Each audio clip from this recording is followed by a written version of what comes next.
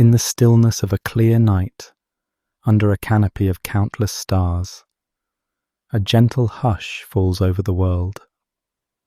Perhaps a soft wind rustles through the trees, or a night bird calls in the distance, only accentuating the profound quiet of the cosmos above.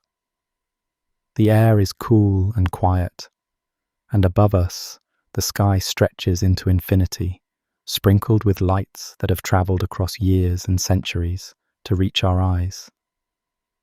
Each star twinkles with a steady, ancient glow, a tiny beacon in a vast darkness. There is something profoundly calming about this view, something that speaks to a deep part of us, a part that has gazed upward in wonder since time immemorial. For as long as humans have walked the earth, we have looked to the heavens with questions and awe. In the ages before science, our ancestors wove stories about the lights in the sky. They imagined patterns among the stars, constellations that came alive with gods, heroes, and celestial beings. They saw a great bear lumbering around the pole, a mighty hunter pursuing his prey, a spinning wheel of fate in the northern sky. The ancient Egyptians envisioned the night sky as the goddess Nut arching over the world, her body adorned with stars. The Greeks placed figures like Orion and Andromeda among the constellations, while in other parts of the world, people saw their own legends written in the heavens: a canoe of souls, a celestial river, a cosmic campfire. The night sky was a canvas for myth and meaning, a great cosmic tapestry where each culture painted its own dreams and fears. In those early nights, around flickering fires, people would point to the stars and share tales of creation and destiny, feeling both the comforting presence of familiar patterns and the tantalizing mystery of the unknown. Across the world, ancient civilizations built their lives around the rhythms of the sky. They watched the sun, moon, and stars to mark the passage of time, the change of seasons, the moments to plant and to harvest. The sky was their clock and calendar, their guide and compass. Some built great monuments aligned with the cosmos, revealing a sophisticated understanding of celestial cycles. In a green English plain, massive stones were arranged to frame the sunrise on the longest day of summer, capturing the first rays of solstice dawn in a sacred embrace. On a faraway desert plateau, pyramids rose from the sands and mirrored the belt of Orion in the winter sky, as if the pharaohs sought to bind heaven and earth. Deep in the Americas, temples and pyramids were constructed so that on certain days, sunlight would slant perfectly down their steps or through their doorways, uniting earthbound structures with the dance of the heavens. These ancient observatories and ceremonial sites show a careful watching and waiting. At Newgrange in Ireland, a tomb older than the pyramids was built with a narrow passage that remains dark the whole year, except at dawn on the winter solstice, when a shaft of sunlight sneaks through a tiny opening above the door, illuminating the inner chamber for a few magical minutes. Far to the south, the great stone city of Machu Picchu sits high among Peruvian peaks, where the Inca tracked solstices and equinoxes. At the Temple of the Sun, the rising sun at the June solstice shines through a window to illuminate a specific stone. In these moments when the sky aligns with human handiwork, one senses a communion between our ancestors and the cosmos, a dialogue spoken in light and stone. Though much of this ancient sky knowledge has faded into the mists of time, we still feel its echo.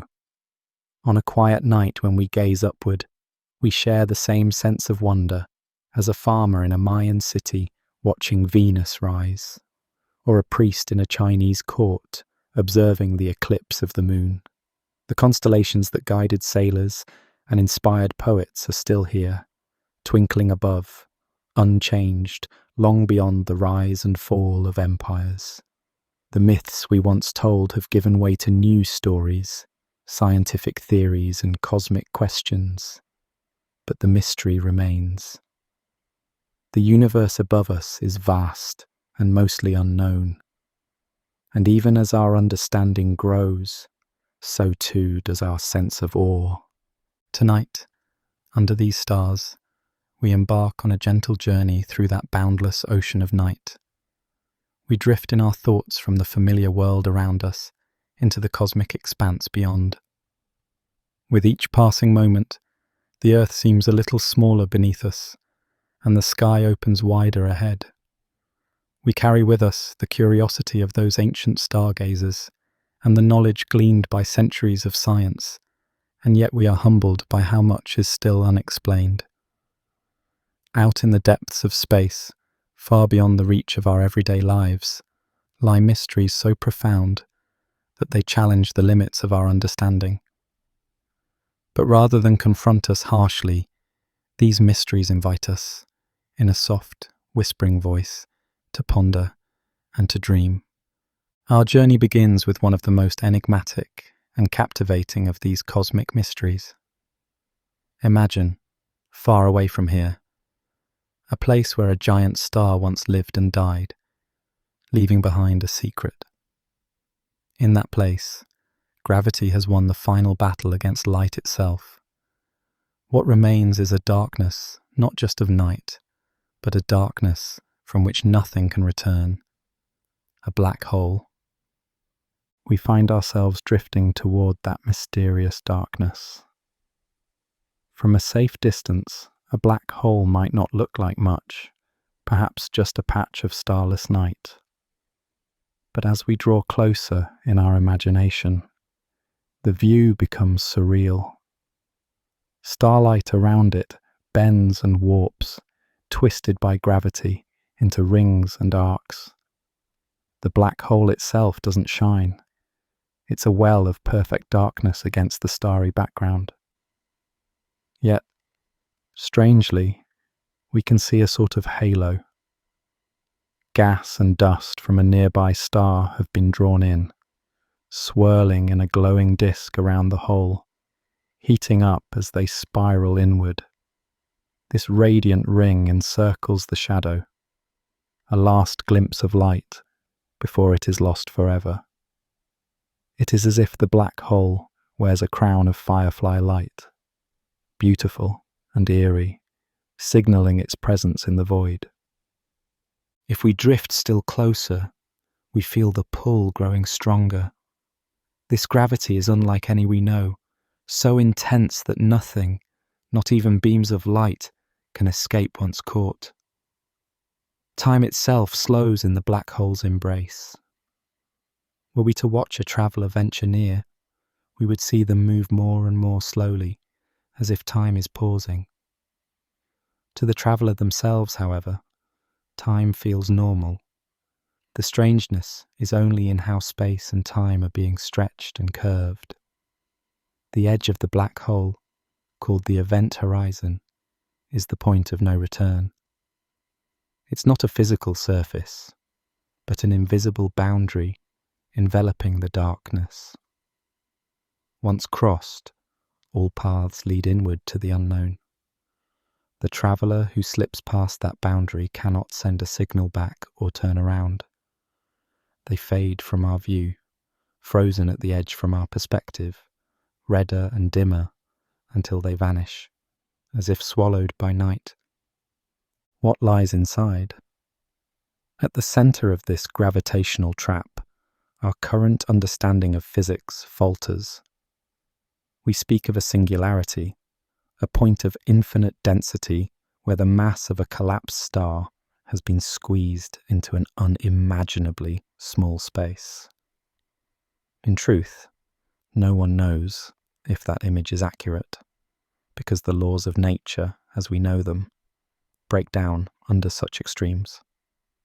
Some theories suggest that the matter crushed in a black hole might form something beyond our concepts, perhaps a ring or a tangled space-time knot. Others imagine that a black hole could be a doorway, a tunnel that might connect to elsewhere in the universe, or even to another universe entirely. These ideas remain speculative whispers in the halls of science without evidence, but the tantalizing notion persists that black holes could hide exotic secrets, portals or new realms deep inside their abyss. In the quiet of our minds, we float just outside the event horizon and ponder. All around is darkness and the gentle glow of the accretion disk's last light. We sense the enormity of the black hole's mass, in some cases millions or even billions of times the mass of our sun, warping space like a heavy stone on a taut sheet. We recall that at the heart of our own Milky Way galaxy lurks such a supermassive black hole, quietly shepherding the stars in their orbits. Once, not long ago, astronomers managed to capture an image of one of these cosmic giants. They pointed radio telescopes across the world at a distant galaxy's core and revealed a fuzzy, ring-like structure. Light from hot gas circling the void. It was a profound confirmation that what was once theoretical is indeed real. Yet seeing it only deepened the mystery. We could gaze upon the outline of the void, but not into it. We could see the shadow it cast on glowing gas, but everything that fell inside was lost to view. Drifting here at the brink of the unknown, we feel a mix of wonder and humility. Black holes remind us that even in the midst of brilliant stars and galaxies, there are places of utter darkness where our knowledge ends.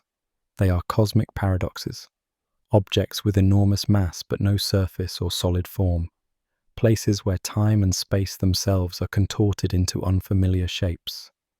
If we listen in the silence, perhaps we can almost hear the questions they pose. What happens to the things that disappear inside? Do they cease to exist, or continue on in some form beyond our sight? Can information ever escape, or is it truly lost? These questions gently echo without answer, like a faint reverberation around a deep well. One famous insight came from physicist Stephen Hawking, who suggested that black holes might not be truly eternal. He theorized they could slowly emit a very faint glow, now called Hawking radiation, as particle-antiparticle pairs near the event horizon result in a tiny leak of energy. Over inconceivably long times, this process would cause a black hole to evaporate, as if even these dark titans eventually whisper away their mass into the void. If so, a black hole isn't an absolute tomb, but part of a cosmic cycle, gradually returning its energy to the universe. After lingering a while at the edge of this abyss, we slowly drift away, letting the black hole recede behind us. Its pull grows weaker, the starlight straightens out again, and normality returns to space. But we carry with us the realization that the cosmos holds phenomena that challenge our understanding at the most fundamental level. We have touched the outskirts of a singularity and felt the strange slowing of time and warping of space. This encounter leads us naturally to reflect on the very fabric that was so distorted here, time, and what it means in the cosmic sense. Time is a strange and subtle thing. In our daily lives, we think of time as a steady ticking clock, marching forward second by second, the same for everyone. But the reality of time, as revealed by careful observation and theory, is far more fluid and surprising. Over a century ago, our understanding of time was turned upside down by a profound realization. Time and space are intertwined, and they can stretch and bend. If you move very fast, or if you sit in a strong gravitational field, time will flow differently for you than for someone who is stationary or far from any mass. This isn't just a thought experiment, it's a measured fact of our universe. A clock on a satellite high above Earth ticks a tiny bit faster than an identical clock on the ground, because out in orbit, gravity is weaker. Conversely, a clock on a jet flying eastward around the world ticks just a little slower than one resting at home. In one real-world test, scientists flew atomic clocks on airplanes around the globe. When compared to clocks on the ground after the journey, the airborne clocks had lost a few billionths of a second relative to the static clocks, just as Einstein's theory predicted.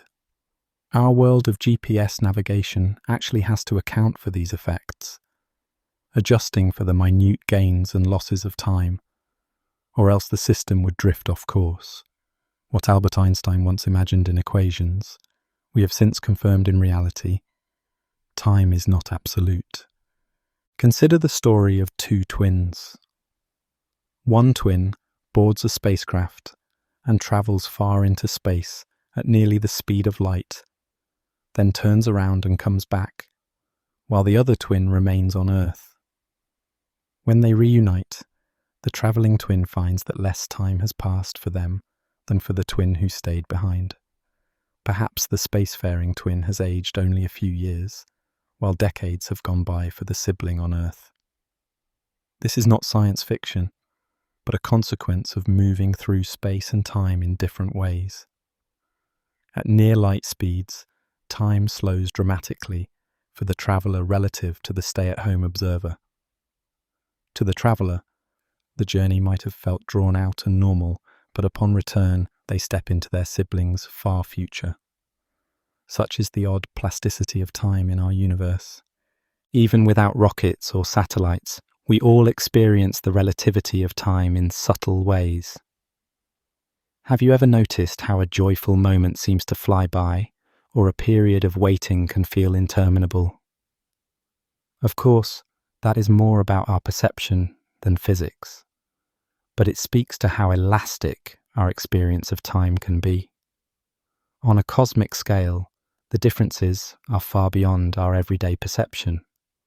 High above a massive planet or near the edge of a black hole, time would slow to a crawl compared to Earth. If we could hover near a black hole's horizon without being pulled in, we might witness star systems evolve in fast forward in the faraway universe, while our own time drags slowly. To us, only hours might pass, but out in the distant cosmos, eons could unfold. Time and space are woven together in a single fabric, and mass and motion stretch that fabric, creating a patchwork of different flows of time across the universe. What then is time, really? We feel it as a flow, carrying us from past to future, but physics suggests it is just another dimension, like space, which can be travelled through in different ways. Some physicists wonder if time might not flow at all, but rather if every moment simply exists, and we move through them like a traveller walking along a path. Others think time might be emergent, born from the complex behaviour of many particles, rather than a fundamental thing on its own. And yet to us, time is deeply real. The past is a memory, the future a dream, and the present ever fleeting. There is also the puzzling arrow of time. Why does it seem to move only forward? The fundamental laws of physics, at the microscopic level, don't actually prefer a direction of time. They work equally well going forward or backward. But in our macroscopic world, cups of tea cool down, stars burn their fuel and dim, and we grow older, but never younger. Disorder, or entropy, increases over time, giving a direction to the flow. This arrow from past to future, from order to disorder, is another cosmic mystery. It's as if the universe remembers the Big Bang as a state of low entropy and has been moving toward greater entropy ever since, driving the arrow of time that we all experience. Contemplating time's nature, inevitably brings us to the question of beginnings. If time can stretch and bend, can it also start or stop? We know that every clock we have, when run backward in theory, points to a time about 13.8 billion years ago, when something extraordinary happened. The universe as we know it began. Time itself, as far as we can tell, started from that moment. But what does it mean for time to start? Was there a before, or is that question meaningless? We stand on the shore of an ocean called time, looking back toward the moment of creation. To explore further, we must turn to the story of the cosmos's birth, the Big Bang, and the mysteries of those first moments when time and space were newborn. We turn our attention now to that primordial moment, the birth of the universe itself. In our minds, we rewind the cosmic clock all the way back, further and further, past the formation of our sun, past the assembly of galaxies, past even the first stars, until we reach a time when no stars existed, only a dense, hot fog of energy and particles. And then we go further back still, to the very beginning. Our journey ends at a single point, an instant about 13.8 billion years ago, when everything we know, space, time, energy, and matter, was compressed into an inconceivably small and hot state. In that moment, for reasons still unknown, it erupted. We call this the Big Bang, but the name can be misleading, as it wasn't an explosion in space, it was an expansion of space itself. There was no firecracker bursting into empty air, because before this event, there was no space and no air. Instead, space itself unfurled from an initial seed of almost infinite density. In the first tiny fraction of a second, the universe was so hot that matter as we know it couldn't even exist. Everything was a blur of pure energy and fundamental particles flickering in and out. As the baby universe expanded, it cooled just enough for particles to start combining, quarks joining into protons and neutrons, and a little later, protons capturing electrons to form the first simple atoms. Light, which had been trapped in the opaque soup of particles, finally broke free when those first atoms formed, and it has been travelling ever since. Even now, if we close our eyes and listen with radio antennas rather than ears, we can detect a faint whisper from those early times, the cosmic microwave background, a dim afterglow that bathes all of space. It is the cooled remnant of the fiery beginning, now just a few degrees above absolute zero, a soft, uniform glow coming from every direction, the sky's memory of its own creation. What set off the Big Bang? We ask the question as gently as one might ask how a flower first blooms, understanding that the answer remains elusive. In truth, our understanding falters as we approach that Genesis moment. Our physics can describe the state of the universe back to a tiny fraction of a second after the Big Bang. But at some point, we reach energies and densities so extreme that our equations simply break down. It's like peering into a brilliant light. We can only see so far before being dazzled. We are left with tantalizing questions. Was the Big Bang truly the beginning of everything, including time? Or was it just the beginning of our chapter of a much longer story? Some scientists speculate that the Big Bang might have been one event in a potentially endless cycle, that perhaps the universe goes through phases of expansion and contraction, Big Bang after Big Crunch after Big Bang, over and over. In that view, what came before our Big Bang, could have been a previous universe that collapsed in on itself. Others suggest that our universe was born from something like a vacuum fluctuation, a random quantum event in a wider cosmos of some sort.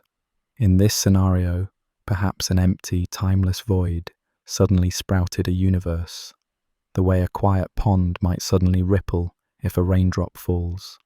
There are even ideas that multiple universes exist in a kind of cosmic landscape or multiverse, and occasionally one universe can bud off from another.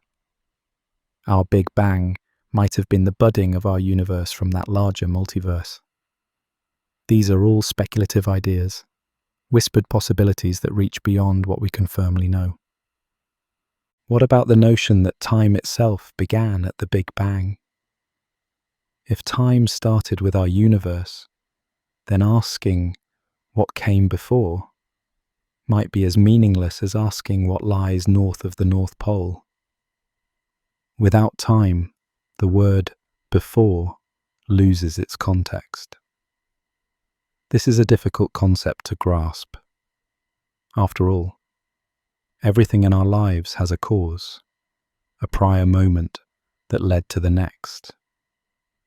Imagining no before at all stretches our intuitions to their breaking point.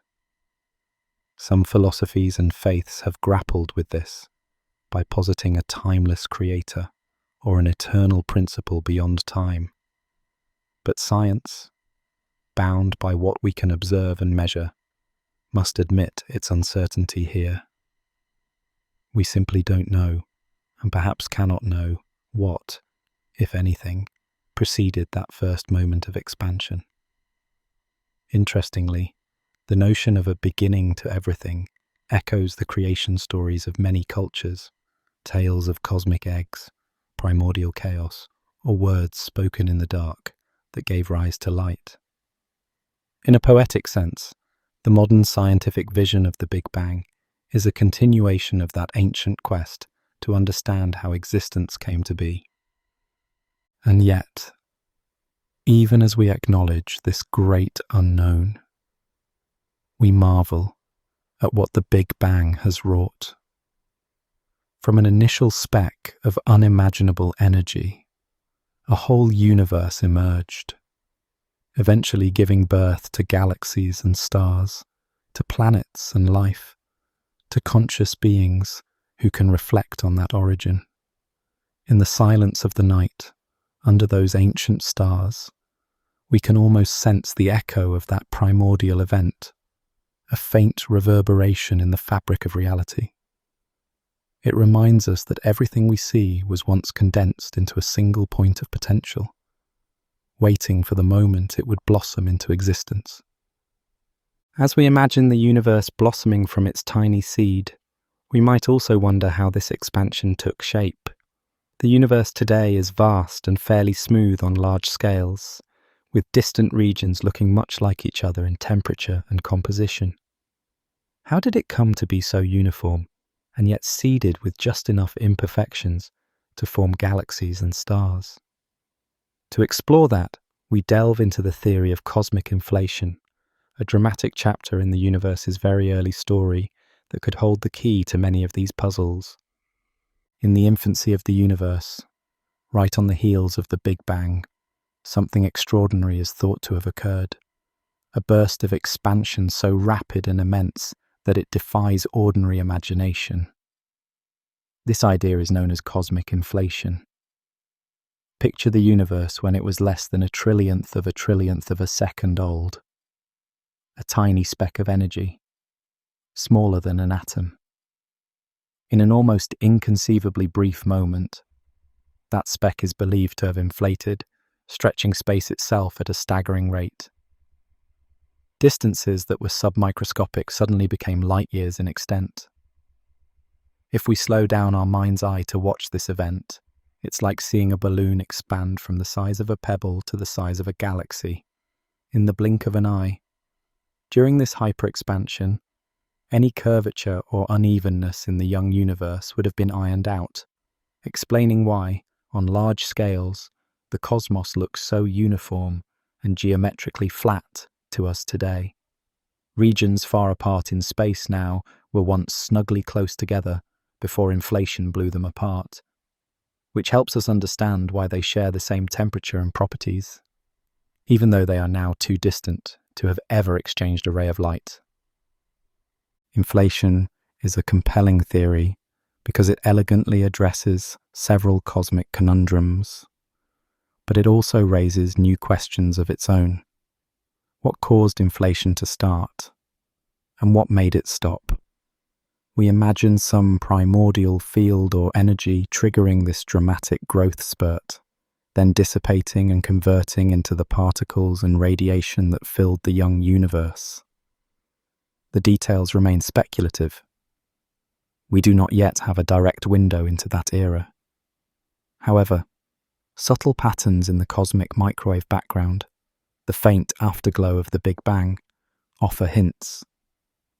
Tiny variations in that glow, like gentle ripples, could be the fingerprints of quantum fluctuations from the very beginning, stretched to enormous scales by inflation.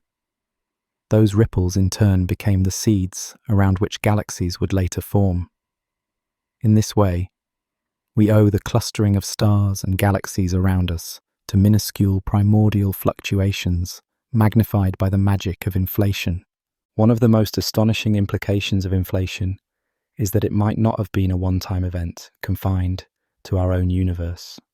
Some theories of inflation suggest it could be eternal, continuing in different regions, even as it ended in ours. In this scenario, our universe may be just one bubble in a frothing cosmic sea of universes. Imagine an endless ocean of space, with bubble universes popping into being like tiny soap bubbles in foam. Each bubble could be a separate universe, expanding and developing its own galaxies, stars, and perhaps life. Some bubbles might remain forever isolated from one another, separated by continuously inflating space between them. This is one vision of the multiverse, a grand ensemble of universes, of which ours is but a single member. In some of these universes, the laws of physics or the values of fundamental constants might be different. One universe might have weaker gravity, another might never form stars, and yet another could be so bizarre we can scarcely imagine it. And in a few, conditions might be just right to allow creatures somewhat like us to emerge and gaze at their skies, wondering if they are alone. It's a mind-expanding thought that beyond the limits of what we can see, there might lie entirely new realms, forever out of reach. We have no way to directly confirm the existence of other universes right now. They would be beyond our cosmic horizon, unable to influence us in any observable way, at least with our current understanding. The multiverse idea arises not from wild imagination alone, but from the mathematics of inflation and certain theories in physics, yet it remains unproven. Still, the concept has a strange poetic appeal. It suggests an infinity of possibilities. Every roll of the cosmic dice that could happen might indeed happen in some universe or another. Perhaps there is a universe where life never arose, and another where it flourished earlier and far more abundantly than here. Perhaps there are countless lifeless universes, and a precious few where beings wonder as we do. Some imagine other kinds of multiverses too. For example, the many worlds interpretation of quantum physics suggests that every time a quantum event has multiple possible outcomes, all outcomes occur, each in its own branching universe. In that picture, there could be parallel realities in which history unfolded differently, universes where, perhaps, the dinosaurs never went extinct, or where some other version of you is reading a slightly different story. These scenarios are highly speculative, but they stretch our conception of reality and gently hint that what we call the universe might be only one thread in a vast cosmic tapestry of possibilities. These possibilities make the cosmos seem even vaster and more mysterious. If we felt small thinking about our single universe, imagine the humility of being one tiny part of a multiverse. Yet there's also something comforting in the idea that our universe, with all its peculiarities and marvels, might not be a solitary fluke, but part of a grander tapestry. Whether or not we live in a multiverse, the concept pushes our minds to the edge of what we can conceive. It reminds us that the true extent of reality could far exceed what our telescopes will ever show us. For now, we return our focus to our own universe, the only one we can directly explore. It, too, is vast beyond comprehension. Inflation might have stretched it far beyond our view. What can we say about the shape and reach of the universe we inhabit? We drift now into that question, examining how the universe expands and what its shape might be as we continue our cosmic journey. We float in our minds to the outer limits of what is observable. Looking in every direction, we see galaxies scattered through space, and beyond them a dim afterglow of the Big Bang. This forms a sort of horizon around us, the edge of the observable universe. It's not an edge in space, like a wall or boundary. Rather, it's an edge in time. Light from beyond that horizon hasn't had enough time to reach us yet, so we simply cannot see what lies there. As the universe ages, more distant light will eventually arrive, and our horizon will expand, revealing new wonders, though the expansion of space itself means some things may drift out of reach forever. For now, we see roughly 46 billion light-years in every direction, a number almost beyond meaning, and everything within that sphere is what we call the observable universe. But what about beyond? Does space continue infinitely, or does it wrap around on itself? What is the shape of all that space? These are difficult questions, because we are like fish trying to discern the shape of the ocean while swimming deep within it. We have no external vantage point to see the universe from the outside. Instead, we must infer its shape by subtle clues. One way to imagine the possibilities is to start with fewer dimensions. Think of the surface of Earth. To a person walking on a seemingly flat plane, the Earth feels endless and flat underfoot. Only by travelling great distances or observing from high above can one deduce that the Earth is actually curved and finite, wrapping around into a sphere with no edges. The universe might be similar, but in 3 dimensions or more. If the universe has positive curvature, like a sphere, it could be finite in volume, yet without any boundary. If you journeyed far enough in one direction, theoretically you'd end up back where you started. Though in practice, the universe might be so vast and expanding so quickly that this journey could never be completed. If the universe has negative curvature, like a saddle shape, or no curvature, flat, it could extend infinitely in all directions, with no end and no wraparound. Current observations hint that the universe is very close to flat in its geometry. The way distant light moves and the patterns of the cosmic microwave background suggest that, as far as we can see, space doesn't curve noticeably on the largest scales. This could mean that the universe is truly infinite, extending forever beyond the horizon. Or it might be that the universe is curved into a closed shape so enormous that our observable patch is too small to reveal the curvature. It's a bit like how the small piece of Earth you can see looks flat, even though Earth as a whole is round. If you could only see a few square miles, you'd likely think the Earth was flat. Likewise, we see a huge region of the universe and it appears flat. If it does have a curvature, the entire cosmos might be many times larger than what's observable for that curvature to remain hidden from our measurements. The extent of the universe is tied to its shape as well.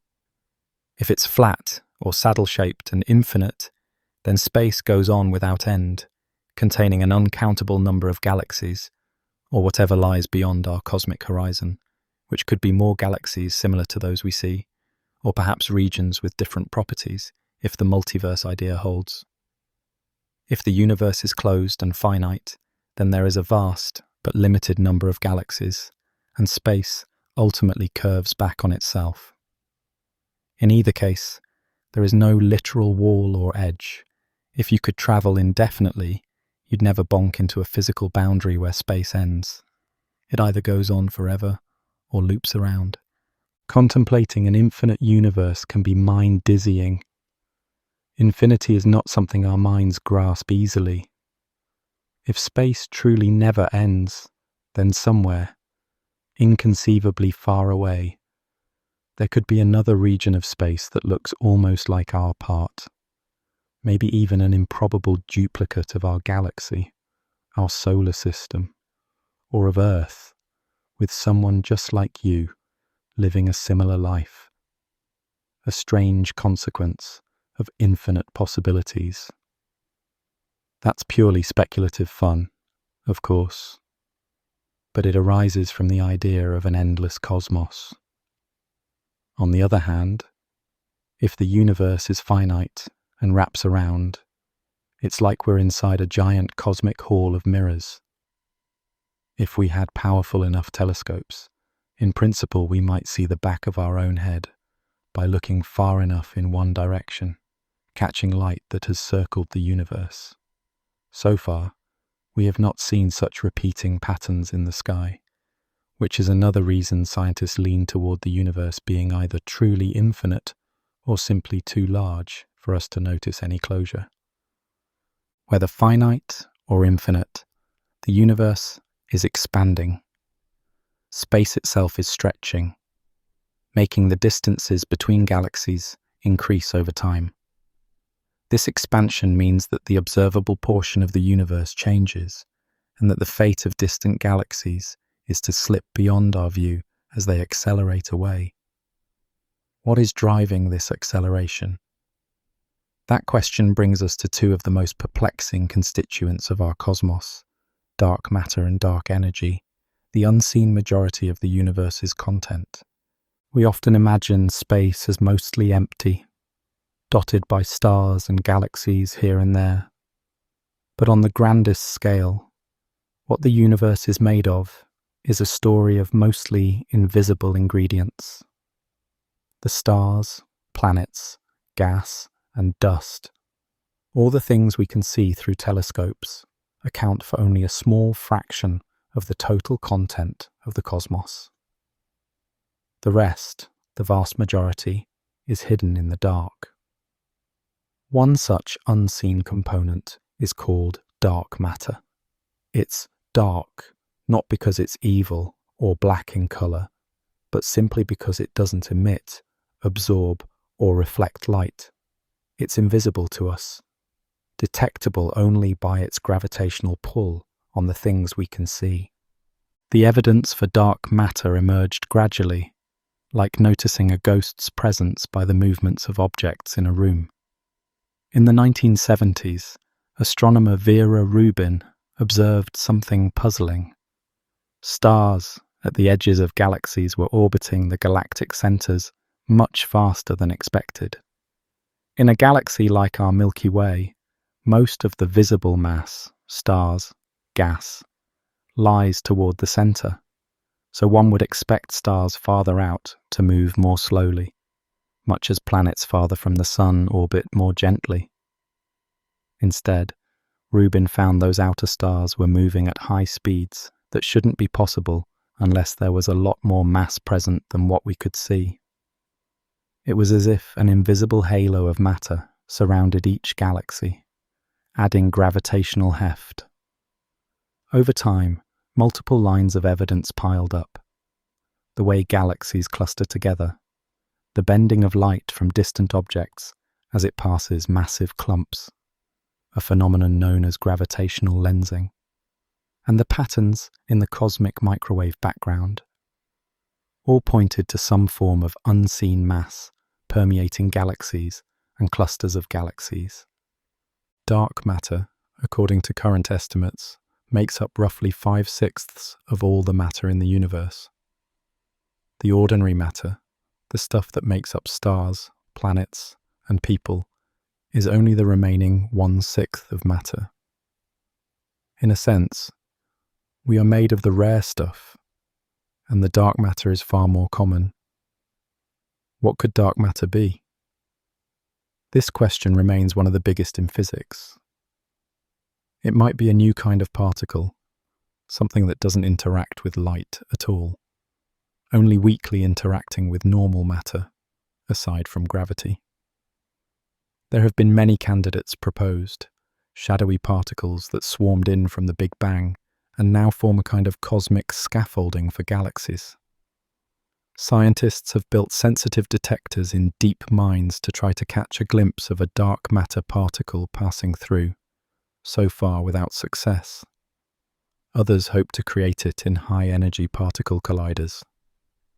But as of now, dark matter has only shown its face through gravity. We map it by observing how it tugs on visible stars and galaxies. We even have detailed maps of where dark matter is denser or thinner in huge galaxy clusters, sketched out by the way they bend background light. These maps show a cosmic web, with filaments of dark matter spanning millions of light years, with galaxies like tiny sparkles caught in that invisible web. While dark matter's mystery lies in what it is, another dark component of the universe baffles us by what it does. We call it dark energy, and it appears to be pushing the universe apart, making space expand faster and faster. In the late 1990s, two teams of astronomers were studying distant exploding stars, supernovae, to measure the expansion rate of the universe over time. To their surprise, they found that those distant supernovae were dimmer and thus farther than expected, implying that the expansion of the universe has sped up relatively recently, in the last few billion years, rather than gravity slowing down the expansion, as one might expect since gravity pulls matter together. Some mysterious force was overcoming gravity on cosmic scales, driving galaxies apart at an accelerating pace. This phenomenon was dubbed dark energy, because we really don't know what else to call it. It seems to permeate space almost uniformly, an inherent property of the vacuum of space itself. One way to think of dark energy is like a sort of anti-gravity, or a pressure built into space that makes space want to expand. Dark energy is even more enigmatic than dark matter.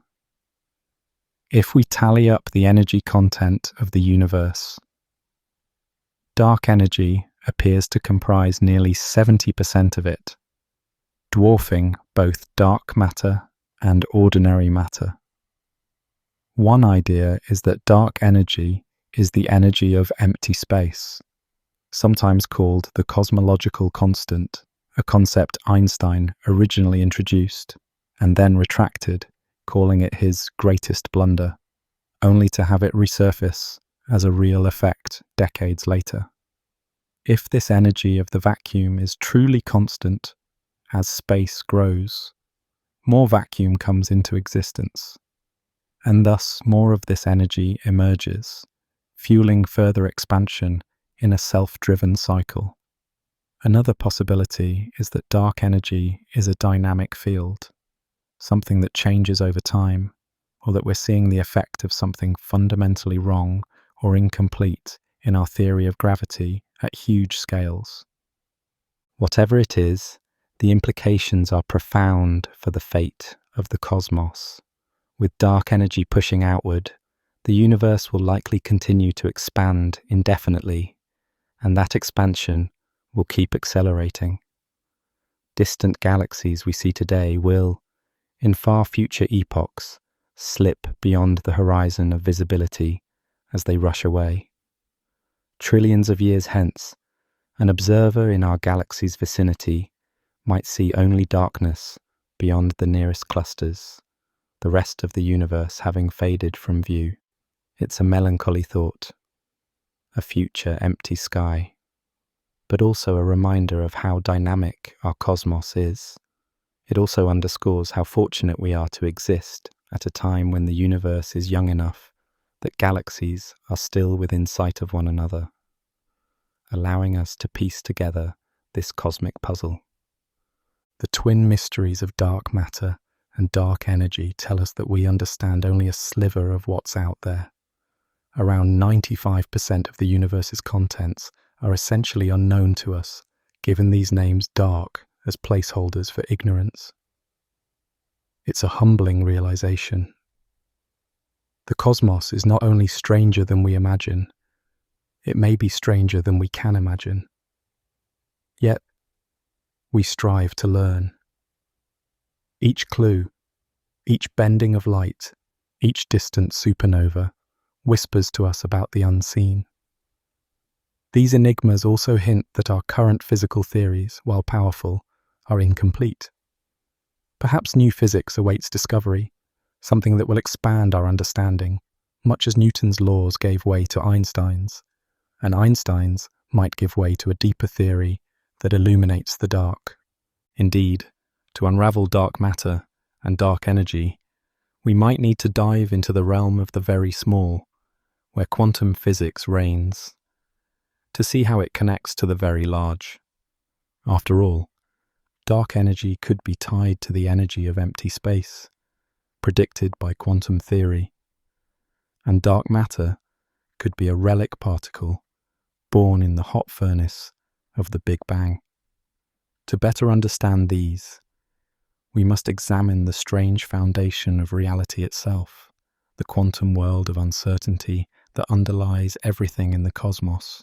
We now leave the vast reaches of space and dive down into the opposite extreme, the subatomic realm, the fabric of reality at the smallest scales. Here, the rules of the game differ wildly from the comfortable, predictable laws we experience in everyday life. We find ourselves in a world where certainty gives way to probability, and where the act of observing can change the thing being observed. This is the quantum world, and it's as mysterious in its way as black holes or the Big Bang. Imagine trying to locate a tiny electron, a constituent of every atom. In classical thinking, the electron is a little particle with a definite position and speed. But in the quantum perspective, the electron is more like a diffuse cloud of possibility. We can never say exactly where it is, only that it has a likelihood of being here or there. If we try to pin it down, shining a light on it to see it, that very act disturbs it. The sharper we measure its position, the more uncertain its speed becomes, and vice versa. This is the essence of Heisenberg's uncertainty principle. Certain pairs of properties, like position and momentum, can't both be known to arbitrary precision at the same time. It's not a limitation of our measuring instruments, but a fundamental feature of reality. Nature at this level is fuzzy, indeterminate, a dance of probabilities rather than certainties. This inherent uncertainty gives rise to some very strange phenomena.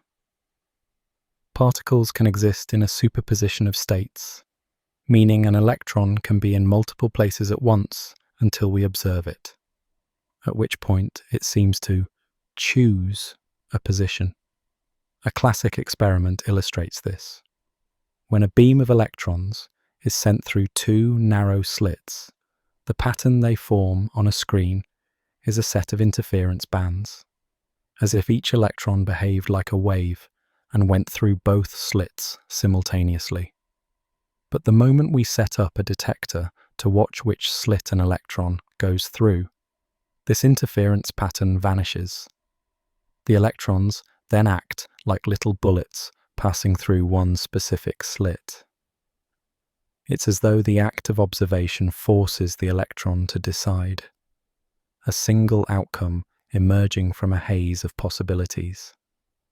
Two particles can become entangled, their properties linked, so that if you measure one, you instantly affect the state of the other, even if they are light years apart. It's as though the universe maintains subtle connections that transcend our normal ideas of space and time.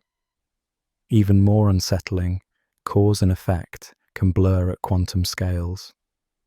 We often cannot say that one event definitely caused another. We can only calculate probabilities of different outcomes.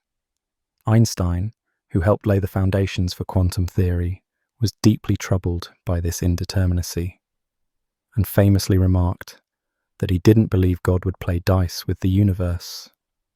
And yet, time and again, experiments have confirmed that at its core, on the smallest scales, the universe does behave in a probabilistic manner. It's as if beneath the solid facade of the world lies a flickering, ephemeral reality, a kind of constant, gentle randomness. Perhaps the most mind-bending aspect of the quantum realm is what it says about nothingness. We tend to think of empty space as truly empty, a vacant stage where the drama of matter unfolds. But quantum theory tells us that even a perfect vacuum is not truly empty. It seethes with activity. Pairs of particles and antiparticles can spontaneously appear out of the void, exist for a fleeting moment, and then annihilate each other, returning their energy to the vacuum. These are called vacuum fluctuations, or virtual particles. They aren't directly observable in the way a chair or a planet is, but their effects can be detected. For example, two very close parallel metal plates in a vacuum will experience a tiny force pushing them together, because the presence of the plates changes the pattern of these quantum fluctuations between them. The vacuum between the plates has slightly less energy than the vacuum outside, resulting in a pressure difference, a phenomenon known as the Casimir effect. Such experiments prove that the vacuum is not an inert nothingness. It has structure and energy. The implications of a restless vacuum are profound. If space is never truly empty, if it always carries this latent energy and flicker of particles, then the vacuum itself can influence the universe. Some physicists think that dark energy, the mysterious force driving cosmic acceleration, might be related to this vacuum energy, essentially the collective effect of all those tiny quantum flickers across the vast expanses of space. However, when they try to calculate how much energy the vacuum should have according to quantum theory, the result overshoots reality by an astronomically large factor.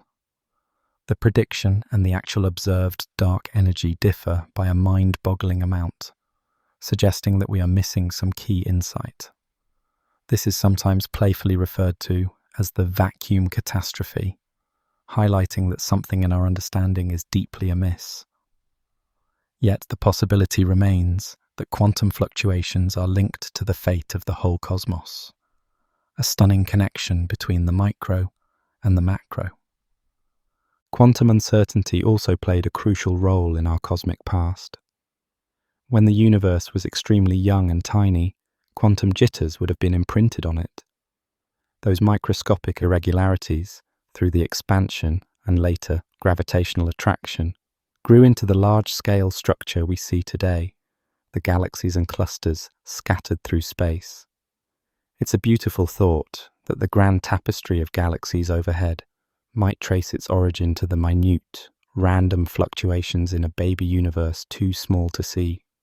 In that sense, the whisperings of the quantum world are written across the sky in the distribution of stars and galaxies. Standing at this intersection of the very small and the very large, one can't help but feel a sense of wonder. The quantum world challenges our perception of reality, hinting that creation may spring from uncertainty, and that what we call empty space is a cauldron of potential. It also challenges our scientific theories. The physics of the tiny, quantum mechanics, and the physics of the immense, cosmology and gravity, are built on very different principles, and yet the universe encompasses both seamlessly. To fully understand phenomena like black holes, or the instant of the Big Bang, where both quantum effects and gravity are extreme, we need a new synthesis. This brings us to the search for a unified theory, a single framework that might reconcile the quantum and the cosmic, showing they are but two reflections of one underlying reality. From the smallest quantum particles to the largest galaxies, we yearn for a common understanding, a thread that ties together all forces and phenomena into one coherent picture. This is the quest for a unified theory, sometimes grandly called a theory of everything. It's an effort to see the cosmos as a whole cloth, rather than patched by separate laws for different domains. Today, we have one set of laws, quantum mechanics, that beautifully explains the behavior of particles, and three of the fundamental forces, electromagnetism and the two nuclear forces, on tiny scales. We have another theory, general relativity, that magnificently describes gravity and the curvature of space-time on large scales. Both frameworks are supremely successful in their realms, yet they are built on ideas that are hard to reconcile. Like two pieces of a puzzle that almost fit but not quite, they leave gaps when we try to join them. In extreme conditions like the center of a black hole or the first moments of the Big Bang, our equations break down because here the tiny and the vast intersect. Gravity is intense and quantum effects are crucial. We need a single master framework that can handle both simultaneously. Physicists suspect that such a unification will involve a new kind of symmetry or an elegant principle underlying nature. In the early universe, when everything was unimaginably hot and dense, it's believed that the distinctions between forces may have blurred. There is a notion that at sufficiently high energy, the electromagnetic force, the weak nuclear force, and the strong nuclear force were once aspects of a single unified force. As the universe expanded and cooled, this primordial symmetry broke, splitting into the separate forces we observe today. It's akin to how a droplet of water contains no trace of a crystal structure until it freezes. Only when the temperature drops does the symmetrical liquid give way to the patterned solid.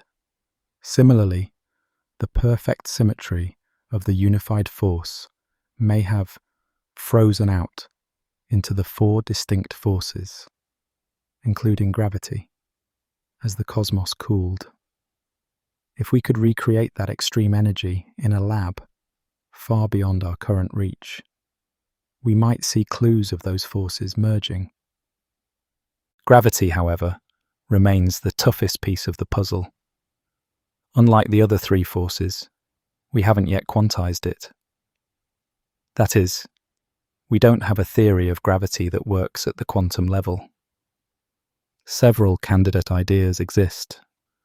One famous approach is string theory, which posits that all the fundamental particles are not point-like dots, but rather tiny vibrating strings of energy. The different vibrations correspond to different particles, like different musical notes from the same instrument. In this picture, gravity and other forces all arise from the same kind of strings, suggesting a natural unity. String theory also implies extra dimensions of space, beyond the familiar three. dimensions that might be curled up so small that we don't notice them, but through which gravity could spread, perhaps explaining why gravity is so comparatively weak. Some of its influence may be leaking into those extra dimensions. It's a bold and beautiful framework, but so far it remains unproven, as these strings would be far too small to detect with current technology. Another approach to quantum gravity involves loop quantum gravity, which attempts to weave space and time themselves into a discrete fabric of tiny loops. And there are other imaginative ideas as well. All seek to resolve the fundamental incompatibility between the jittery quantum world and the smooth, geometrical gravity of Einstein. The hope is that one day we'll have a single equation or principle that in one stroke explains both the behavior of galaxies and the behavior of atoms, and everything in between. Symmetry has always been a guiding light in this quest. Often, when a puzzling phenomenon is encountered, scientists suspect a hidden symmetry in nature that, once revealed, makes the puzzle vanish. For instance, one long-standing cosmic mystery is why the universe contains something rather than nothing.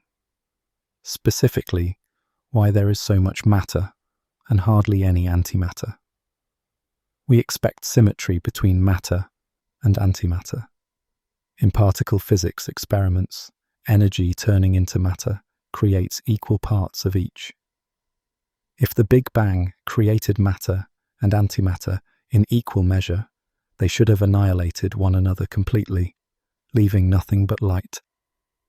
Yet here we are, in a universe of matter, the antimatter nearly gone except for tiny traces.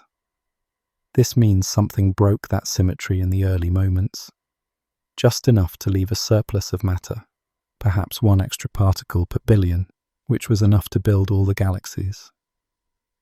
Physicists search for slight asymmetries in particle interactions that could explain this, but so far it's not fully resolved.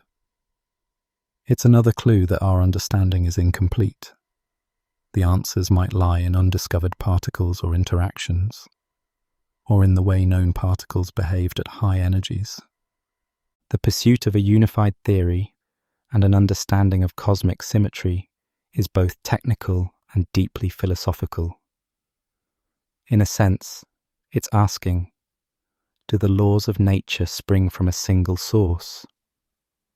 Is there a deeper truth from which all these different phenomena emanate? We are drawn to the idea that the cosmos, for all its complexity, might be underpinned by a simple, elegant principle, like a single melody that, when played, gives rise to all the harmonies we hear. Whether this is truly how nature works, we don't yet know. It may be that our human brains, which love patterns and unity, are seeking something that isn't there. Or it may be that we simply haven't found the right perspective yet to see the whole picture. As of now, the unified theory remains a dream, but the journey toward it has yielded tremendous insights, new particles, new technologies, and a deeper appreciation for the strange beauty of the universe's workings. Even as we look inward to equations and subatomic particles for these answers, the universe around us continues to present fresh mysteries. Some arrive as fleeting signals in our telescopes, unexpected and tantalizing. Before we chase the next mystery, let's take a gentle pause to appreciate where we are. Envision yourself lifting off from the ground and rising through Earth's blue atmosphere, leaving behind the familiar cradle of our planet. The horizon curves below as you ascend into the velvet black of space. Our world becomes a small, glowing orb, then a mere pale blue dot suspended in darkness. Drift further out now, past the moon, grey and silent, a loyal attendant of Earth for eons. The sun comes into view as a brilliant beacon, then slowly recedes. Its warmth and light fade to a gentler glow as we glide outward. We slip by rust-coloured Mars, then giant Jupiter with its whirling storms, and Saturn with its splendid rings. Farther still, we float beyond the outer planets and the realm of icy comets, until the entire solar system lies behind us, a tiny cluster of light in the vastness. Now we find ourselves in the interstellar ocean between the stars. We continue outward, further and further, until even our sun is just one faint star among the countless others. With more distance, the shape of our entire Milky Way galaxy comes into view, a graceful disk of light, tens of thousands of light years across. If we could get far enough away, we would see it as a pale, whirling spiral, floating in darkness, one galaxy among myriad others scattered through space. From out here, our solar system is invisible, a tiny speck in one of the Milky Way's spiral arms. The galaxy that was once our entire world now looks like a modest, glowing cloud, serene and small. And yet it is accompanied by countless sibling galaxies in the cosmic night, each an island of stars. The scale is almost beyond grasp, yet our imagination carries us through it, step by step. In witnessing this, we feel an intimate connection to everything. We see that we are made of the same stardust, governed by the same laws, shining with the same light as the rest of the cosmos. There is no real boundary between us and the universe. It is all one vast continuum of existence. In this silence, we feel the scale of the cosmos. Our home, Earth, is now inconceivably far, yet we do not feel lost. Instead, there's a sense of belonging to the universe itself. We are a tiny part of something so vast, and that realization is oddly comforting. Floating in this cosmic calm, with galaxies ahead and the memory of our little blue world behind, we carry with us the wonder and knowledge gathered so far. In this state of reflection and tranquility, we gently turn our attention back to the mysteries of the cosmos, ready to continue our journey of discovery. As we scan the skies with radio telescopes, we sometimes stumble upon cosmic mysteries that come and go in the blink of an eye. One such enigma is the fast radio burst, or FRB. Imagine a sudden, intense flash of radio energy, lasting only a few milliseconds, arriving seemingly out of nowhere from the depths of space. It's like hearing a sharp, unexplained crackle on an old radio, but originating billions of light years away. The first of these was discovered by accident in 2007 within archival data. At first, it was so odd that scientists wondered if it was a fluke or interference from something on Earth.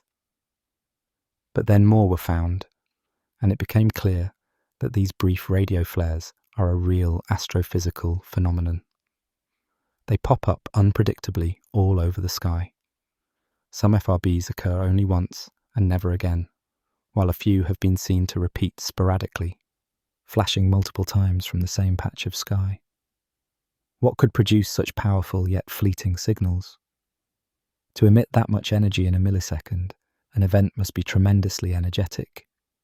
Imagine all the energy our sun emits in a month or more, packed into an instant. At first, possibilities abounded. Perhaps two neutron stars collided and merged. An event that we know produces intense bursts of gamma rays and could conceivably flash in radio as well. Or maybe a black hole ingested a star, sending a momentary blast of energy across the cosmos.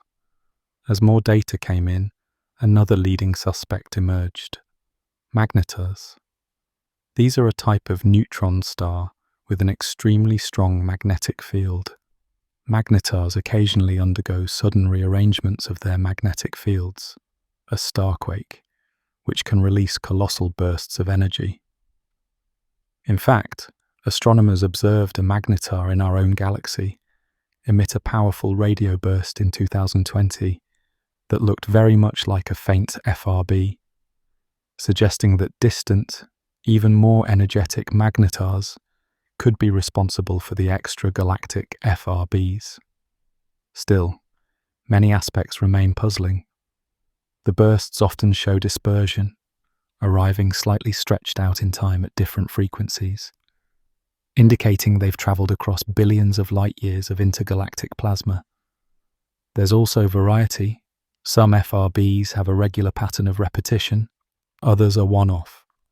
Some come from tiny dwarf galaxies, others from more sizable galaxies. We are still piecing together the story, and it's possible there are multiple causes. Whenever a mysterious cosmic signal is detected, a thought that inevitably arises is, could it be a message from another civilization? With FRBs, the prevailing thought is that they have natural, if extreme, origins. But the question was seriously pondered early on. Might an advanced alien society create a beam of radio waves, perhaps as a way to power spacecraft, or as a beacon that we just happen to intercept for a fleeting moment? Such ideas, while not mainstream, reflect our sense of wonder at the seeming intentionality of a sudden signal from the darkness. For now, the evidence points to exotic neutron stars rather than extraterrestrials, but FRBs keep us alert to the unexpected. They remind us that the universe can still surprise us with phenomena we didn't anticipate. Interestingly, when pulsars, rapidly spinning neutron stars, were first detected in 1967, their precise, regular radio blips were so puzzling that the discoverers whimsically nicknamed the source LGM-1 for Little Green Men. Of course, it turned out to be a neutron star, emitting beams of radiation like a lighthouse as it rotated. A completely natural, if unexpected, phenomenon. FRBs might similarly have exotic yet natural origins that we simply haven't identified yet. Decades before FRBs became known, there was a singular event that has since become legendary in the search for cosmic company, the WOW signal. On August 15th, 1977, a large radio telescope in Ohio called Big Ear was quietly surveying the sky, listening for any unusual radio signals as part of a SETI, Search for Extraterrestrial Intelligence project. For most of its operation, the telescope recorded nothing but the steady hiss of cosmic background noise and the occasional hum of a passing satellite. But on that summer night, for a 72-second window, the instruments picked up a strong, focused radio signal, unlike any natural background source. It came through at a frequency of about 1420 MHz, which is notable because that's the natural emission frequency of hydrogen, a universal frequency that some had speculated an alien civilization might choose for broadcasting a signal. The signal rose and fell in intensity in a way consistent with the telescope's observation method. It had 2 feed horns scanning the sky, and the signal peaked in one, and then 72 seconds later, in the other, as one would expect for a real source moving with Earth's rotation. In short, it looked exactly like what SETI researchers hoped to find, a strong, narrow-band radio beacon from the stars. When an astronomer named Jerry Eman reviewed the computer printout days later, he was so astonished by the intensity, written as a string of numbers and letters, that he scribbled "Wow" in red pen in the margin. That single word became the signal's moniker and conveyed the sense of shock and excitement it induced. Here was a tantalizing hint that perhaps, just perhaps, we had been whispered to by distant intelligent beings. But science demands repeatability, and unfortunately, the wow signal has never been heard again. Numerous follow-up searches have scanned the same region of the sky in the direction of the constellation Sagittarius, near the globular cluster M55, with more sensitive equipment, but found nothing conclusive. Various explanations have been proposed over the years: a passing comet releasing gas that mimicked a signal, a one-time quirk of the telescope's electronics, or an earthly signal that bounced off space debris at just the right moment. Yet none of these explanations is satisfying or widely accepted. To this day, the wow signal stands as an open question. Was it an unknown natural phenomenon? Or a momentary glance at an alien transmitter powering up? Or saying hello? Unless it occurs again, or we uncover new evidence, we may never know. These brief, enigmatic signals, FRBs flashing from distant galaxies, and the solitary wow from the ether, remind us that the sky still holds surprises. They ignite our imagination because they hint at the unexpected. In the case of the wow signal, the implication, if only for a moment, was profound.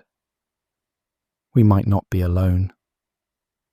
Even the faint possibility of that can send a shiver down one's spine. And it leads us naturally to one of the most profound cosmic mysteries of all, the question of life elsewhere, and the paradox of a seemingly silent universe despite the billions of stars that could host it. When we lift our eyes to the night sky and contemplate the countless stars, it feels almost inevitable to wonder, are we alone? With each new discovery of planets orbiting distant suns, and there have been thousands discovered in recent years, the universe starts to seem crowded with potential homes for life. Many of those exoplanets lie in what we call the habitable zone around their star, where temperatures could allow liquid water, a key ingredient for life as we know it.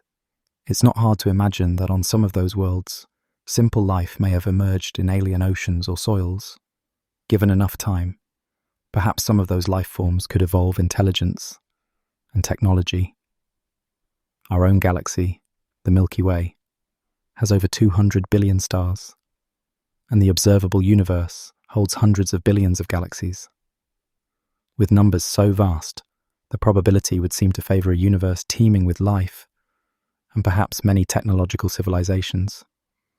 And yet, despite decades of listening and looking, we have no confirmed signal, no clear evidence of anyone else out there.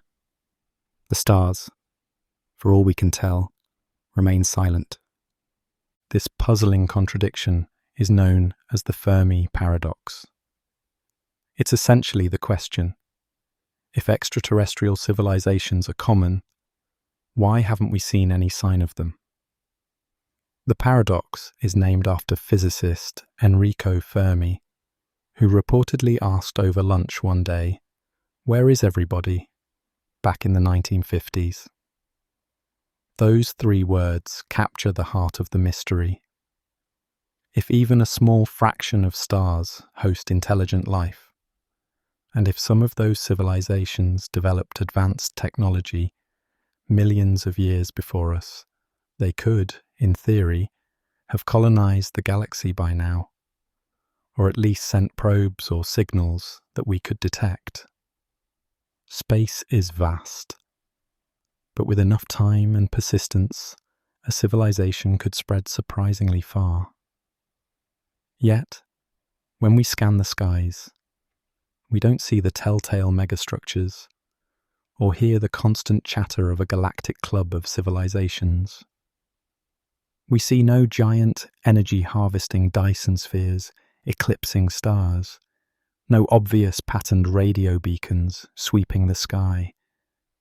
It's quiet out there, perhaps eerily quiet.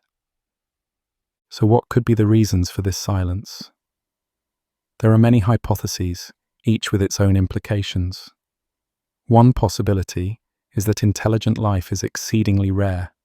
Maybe simple cells are common in the universe, but the leap to complex multicellular life, and then to technological intelligence, almost never happens.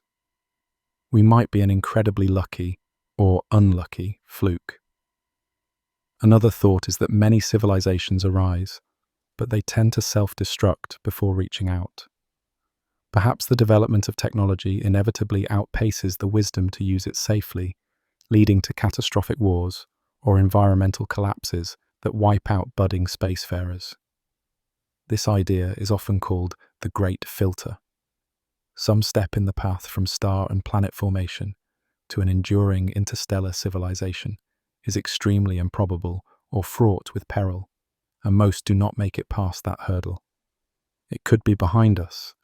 For example, maybe the emergence of life or intelligence is the rare step and we've passed it. Or it could be ahead. Perhaps almost all advanced civilizations eventually trigger some disaster, like runaway AI or nuclear war.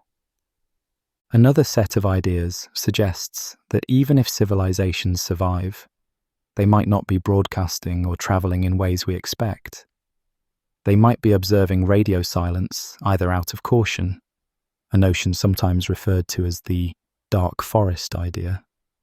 Civilizations stay quiet to avoid attracting potentially hostile aliens, or simply because they use communication methods far beyond our understanding.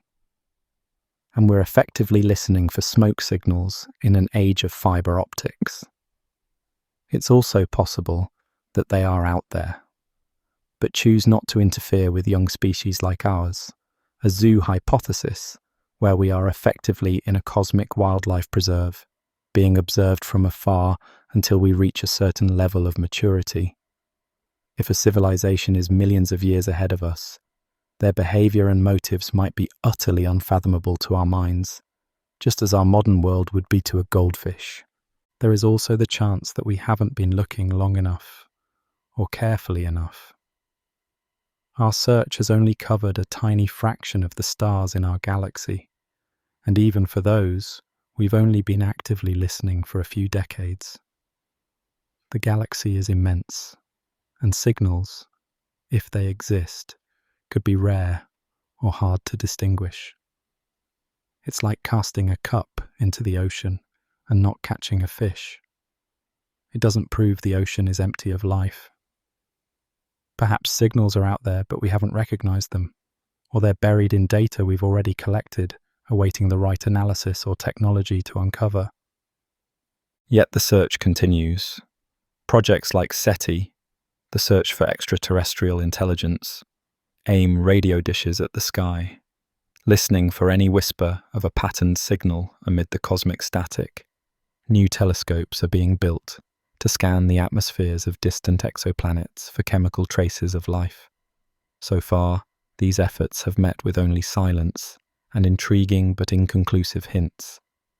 Still, this only means that our sample is small and our journey has just begun.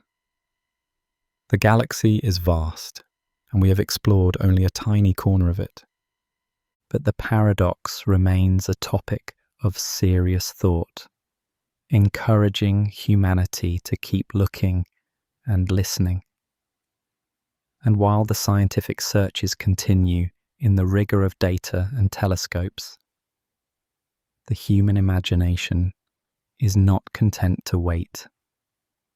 Many people look up at the sky and wonder if perhaps the aliens have already found us first.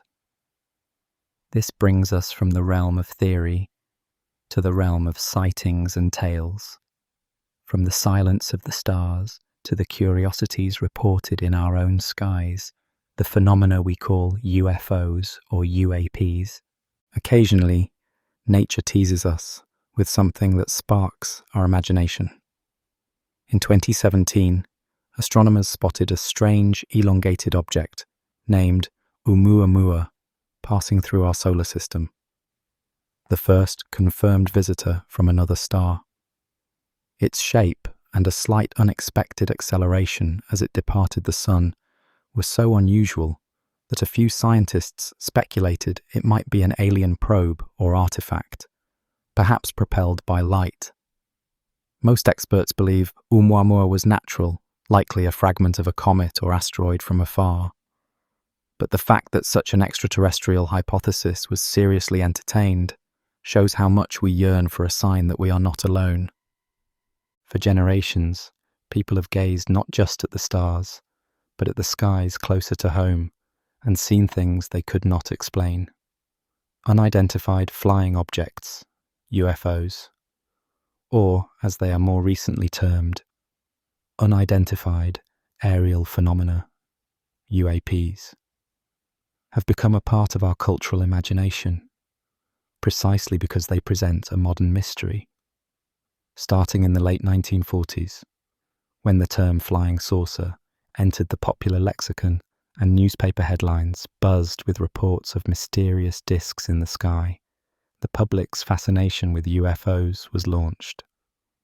Ever since, people including credible witnesses like pilots and radar operators have occasionally observed aerial phenomena they couldn't easily identify. The typical scenario might be a quiet night or a routine flight, when suddenly an odd light or object appears. Maybe a bright disk hovering silently, or a light zipping across the sky and making impossibly sharp turns.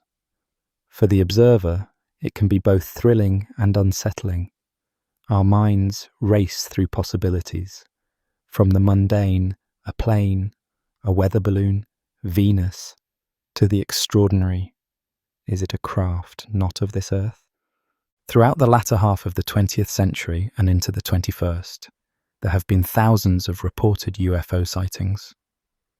Most of these, upon investigation, turn out to have ordinary explanations.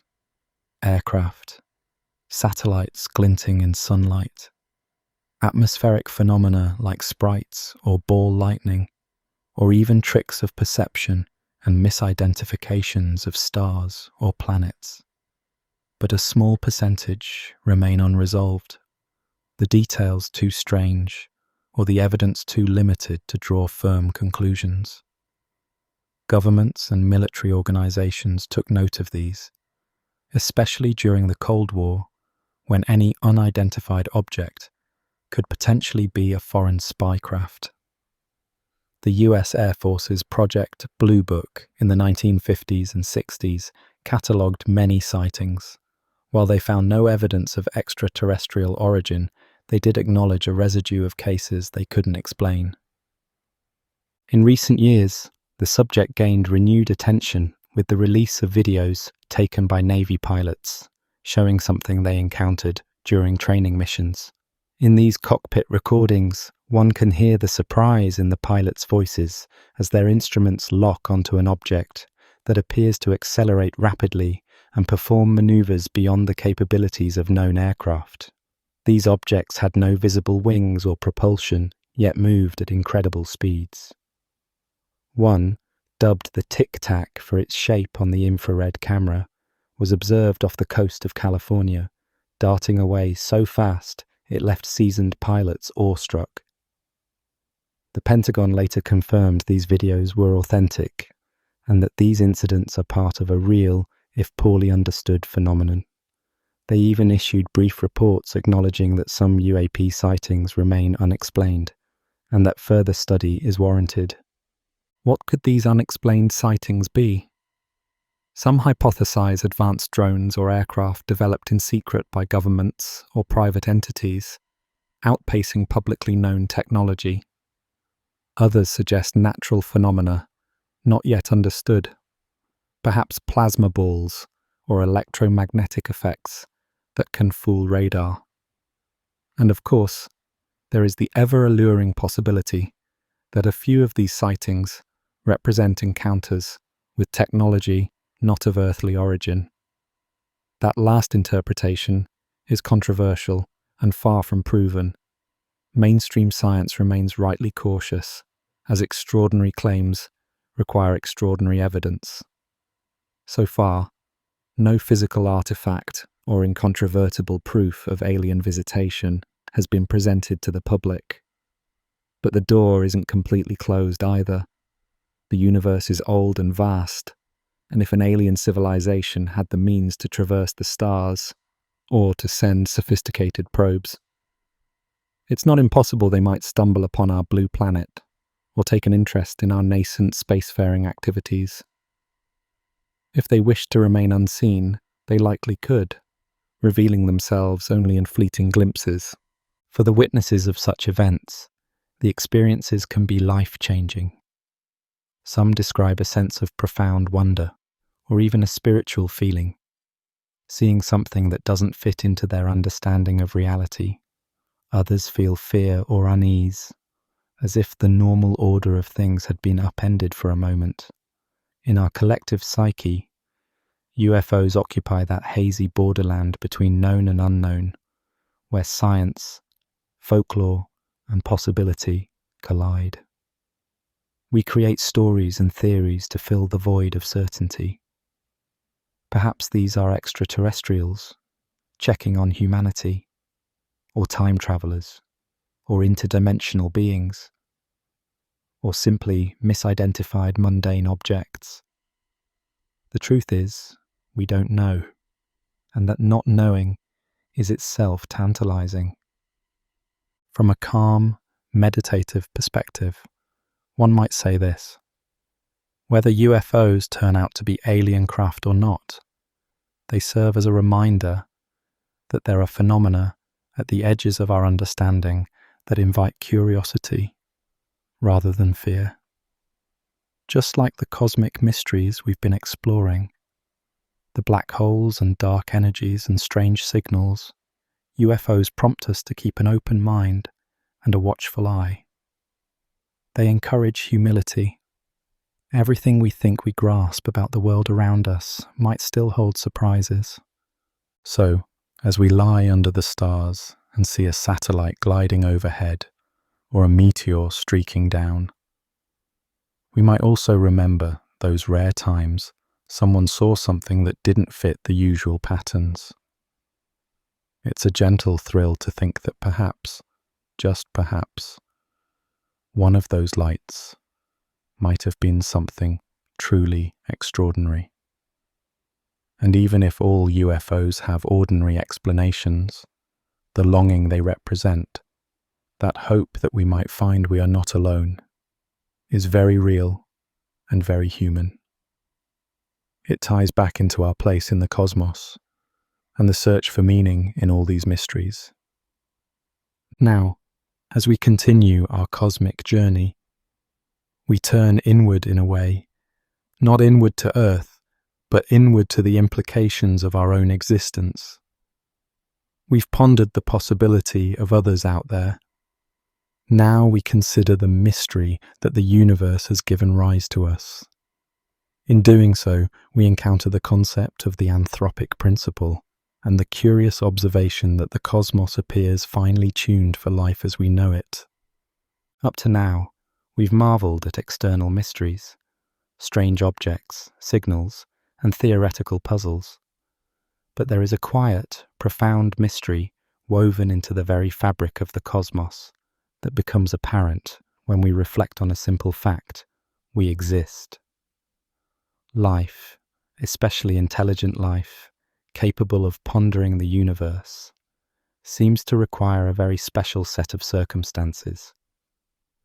And when we examine the fundamental parameters of the universe, we find they appear to be delicately balanced, almost fine-tuned to allow for the complexity that life needs. This realization is encapsulated in what's known as the anthropic principle, which in a humble way says that the universe's properties must be compatible with the existence of observers within it. because here we are, observing it. But this seemingly tautological statement hides a wonderment. Why is the universe compatible with us in the first place? Consider a few examples of this fine-tuning. Stars like our sun only shine because of a precise balance between fundamental forces. If the force of gravity were a bit stronger, stars might crush themselves and burn out rapidly or never form stable, long-lived configurations. A bit weaker, and atoms might not clump into stars at all, leaving a dark, sterile universe. If the electromagnetic force, which determines how atoms hold together and chemistry operates, were significantly different, the complex molecules vital for life's chemistry might not exist. The strong nuclear force, which glues protons and neutrons in atomic nuclei, has to be within a narrow window. If it were slightly weaker, nuclei like carbon and oxygen wouldn't hold together. If slightly stronger, stars might fuse all their hydrogen into heavier elements too quickly, or never produce the right elements in the first place. Even the mass of elementary particles like protons, neutrons, and electrons is just such that stable atoms can form. Then there's the enigmatic cosmological constant, linked to dark energy, which is incredibly small but not zero. Were it much larger, the universe's expansion would have blown apart galaxies before they could form. And if it were negative or much smaller in absolute value, the cosmos might have recollapsed or formed different structures inhospitable to life. The list goes on. The universe's initial expansion rate, the amount of matter, the properties of water and carbon, and many other factors seem to fall into ranges that permit stars, planets, and living organisms to exist. It's as if we find ourselves in a Goldilocks cosmos. Everything is just right for life, at least in a broad sense. Of course, not every place in the universe is hospitable. Most of it is lethal to unprotected humans, for instance. But the key is that the basic rules of the cosmic game allow hospitable pockets to exist at all. This realization can fill one with a sense of gratitude and wonder. Physicist Freeman Dyson once remarked that it's almost as though the universe knew we were coming, tailor-making conditions for the emergence of mind. However, the anthropic principle offers a more down-to-earth explanation. We observe these conditions because only a universe with such life-permitting parameters could ever have observers. In a way, it's a bit circular. If the universe weren't suitable for life, we wouldn't be here to comment on it. This is sometimes called the weak anthropic principle, essentially a reminder about selection bias.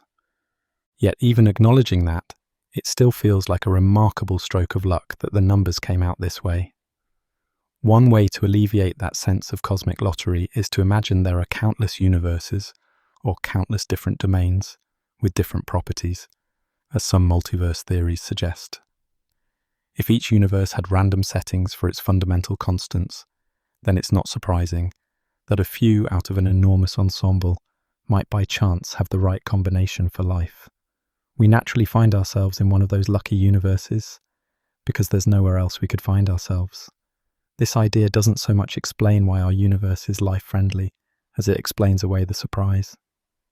If there are enough tries, eventually one gets the jackpot, and we happen to inhabit that winning ticket.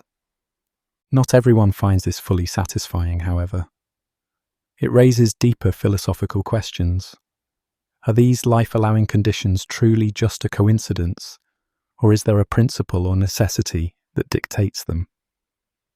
Could it be that any universe capable of complexity will always end up with similar parameters, for reasons we don't yet grasp? Or more provocatively, does it hint at some intent or design behind the cosmos, an arrangement purposeful in its life-facilitating structure? The anthropic principle itself doesn't require a deliberate design. It can be purely a statement about odds and observation, but it does gently invite contemplation of how special our cosmic home is. Scientists have identified dozens of these anthropic coincidences. For example, the resonance levels of carbon inside stars make it easier for carbon, the backbone element of life's chemistry, to form from lighter elements. If that resonance were not just so, we might have far less carbon in the universe, and thus, perhaps no carbon-based life. Another coincidence. The ratio of the electromagnetic force to gravity is such that typical stars are neither too brief-lived nor too diffuse. If gravity were much stronger relative to electromagnetism, stars would be smaller and burn out faster. If much weaker, stars might be too large and cold, or might not ignite nuclear fusion at all. Even the fact that we live at a time when the night sky still has many stars shining and galaxies visible is noteworthy. Too early in cosmic history, and there would not have been enough time to build up heavy elements. Too late, and many stars would have died out, perhaps not leaving a stable environment. We are, in a sense, in the cosmic springtime of the universe, when conditions are ripe for life's bloom.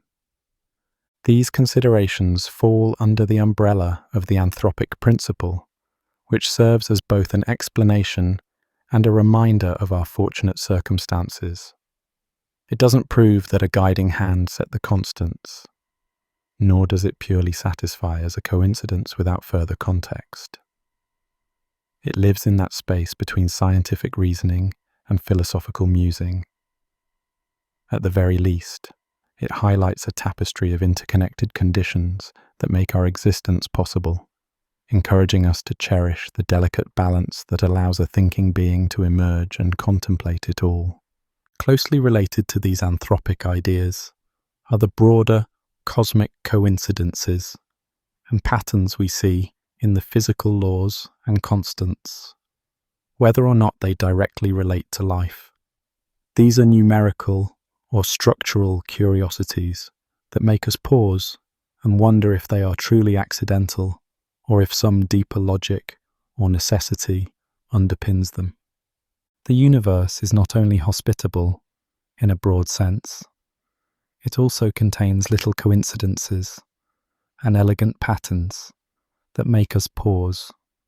Some of these are tied to life's requirements, as we saw, but others are curious mathematical or physical alignments that are not immediately mandated by anything, yet they exist. For instance, consider the experience of a total solar eclipse. From our vantage on Earth, the sun and moon appear almost exactly the same size in the sky. This is purely a quirk of geometry.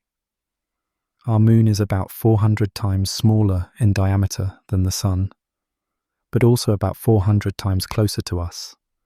So when the orbital dance is just right, the moon can cover the sun's disk perfectly. The result is one of nature's most spectacular sights, the sun's corona flaring out from behind the black silhouette of the moon. There's no deep physical reason for the sun and moon to line up so neatly. In fact, Earth is the only planet in our solar system where this happens so precisely. It's a coincidence that has nonetheless had significance for us. Eclipses throughout history spurred myth and wonder, and in modern times, they even helped scientists, during an eclipse in 1918, verify general relativity by observing the bending of starlight near the sun. It's as if certain cosmic quirks offer both wonder and opportunity. On the level of fundamental physics, there are coincidences in the values of constants that intrigue scientists. One famous number is approximately 137, the so-called fine structure constant, which measures the strength of the electromagnetic force. It's a dimensionless number, meaning it's a pure number, not tied to any human units, and one that seems almost handed down by the universe with no explanation. Why 137? Why not some other value? If it were different by even a small amount, the chemistry of atoms would be different, potentially very hostile to forming the complex molecules life needs. We currently have no theory that predicts this number from first principles. We only measure it. Some physicists have wondered if, perhaps in a deeper theory, its value wouldn't be arbitrary at all. But at our present understanding, it stands as an enigmatic fingerprint of the cosmos. The same is true for many such constants: the ratios of particle masses, the strengths of forces, the speed of light, and so on. They are the specific settings of our universe's physics, and we find ourselves marveling that those settings yield a rich, structured cosmos instead of, say, a featureless fog of particles or a short-lived flash of simple light elements. There are also remarkable instances where mathematics dreamt up in the human mind aligns perfectly with how nature operates. Time and again, equations written on chalkboards have later corresponded to real phenomena. It's a striking coincidence in its own right that abstract mathematics, which we devise perhaps for pure logic or aesthetic reasons, turns out to describe the curves of galaxies, the orbits of planets, and the behavior of subatomic particles. It's as though nature and math speak the same language. For example, the mathematical form of a spiral, a logarithmic spiral, appears in the whirl of galaxies and hurricanes, and the Fibonacci sequence, a simple numeric pattern, can be seen in the arrangement of leaves and the structure of some spiral galaxy's arms. The elegant equations of quantum theory and general relativity were developed in part from mathematical symmetry and reasoning, and only later was their full accuracy in describing the world confirmed. Some have called this the unreasonable effectiveness of mathematics in physics, a phrase capturing our surprise that the universe operates on principles that our mathematics can so perfectly capture. It's as though the universe and the human mind share a common logic. Another cosmological coincidence is that we live at a time when the density of matter in the universe and the density of dark energy, which is driving the accelerated expansion, are of the same order of magnitude. For billions of years, matter's influence was greater. In the far future, dark energy will dominate overwhelmingly. But right now, in this epoch, they're comparable. This balancing point happens to be when conscious beings like us have emerged. While this might be a selection effect, perhaps if dark energy dominated much earlier, galaxies wouldn't form and we wouldn't be here to notice. It still feels notable that we can observe both the slowing effects of gravity and the accelerating push of dark energy in the universe's expansion history. If the cosmos were a little older or younger from our viewpoint, we might have missed seeing this transition. Even the stability of our solar system and Earth's environment has a series of happy coincidences behind it. Our sun is a fairly steady star. We're at just the right distance to have liquid water. The giant planet Jupiter orbits farther out and likely intercepts some comets and asteroids that might otherwise hit Earth more frequently, serving as a kind of gravitational shield. Our moon, unusually large for a moon relative to its planet, stabilizes Earth's axial tilt, which gives us a relatively stable climate over geological timescales. These facts are not cosmic necessities. They could have been otherwise. But if they were otherwise, it's arguable that complex life would have found it much harder to get a foothold. So we find ourselves beneficiaries of several unlikely alignments, from local to cosmic scales. Of course, some of these coincidences might in time find explanations. It's possible that a future theory of physics will show that only certain values of constants are self-consistent or permit any kind of long-lived structure, making our set of constants inevitable rather than lucky. Perhaps other apparent coincidences are only surprises, because we lack a broader sample. If we could see many universes, maybe ours isn't so special statistically. But for now, they remain as striking reminders of how intricate and, at times, serendipitous reality is. When confronted with so many fortuitous conditions and patterns, one can't help but wonder about the implications. Are these facts telling us something? Do they hint that our universe is part of a larger multiverse where many possibilities play out? Or could it be that there's some intentionality behind it all? One radical line of thought proposes that the reason the universe seems so tailored and mathematical is because it's not a natural occurrence at all, but rather an artificial construction, a kind of cosmic simulation. This is the so-called simulation hypothesis, which takes the idea of patterns and design in a surprising direction, suggesting that our reality might be akin to a programmed environment. Imagine, for a moment, that everything around you, the earth beneath your feet, the stars overhead, the very flow of time, are all part of an incredibly sophisticated program running on some unimaginable cosmic computer. According to the simulation hypothesis, this isn't just the stuff of science fiction. It's a serious idea contemplated by philosophers and scientists. The proposition is that our reality might be a kind of artificial construct, designed and maintained by intelligence outside of what we perceive as the universe. In other words, we could be living in a simulation. At first glance, this sounds far-fetched, like the plot of a movie. But proponents argue that as civilizations advance, their ability to simulate realities increases. We humans are already creating virtual worlds in our computers and game consoles that grow more detailed every year. We simulate weather systems, planetary formations, even evolution and social behavior within our machines. If technological progress continues, one day it's conceivable that an advanced civilization, perhaps our own future descendants or some other beings entirely, could simulate conscious minds complete with a perceived environment, to the point that those minds wouldn't know they were in a simulation. If that's possible, then one might imagine countless such simulated universes could be created.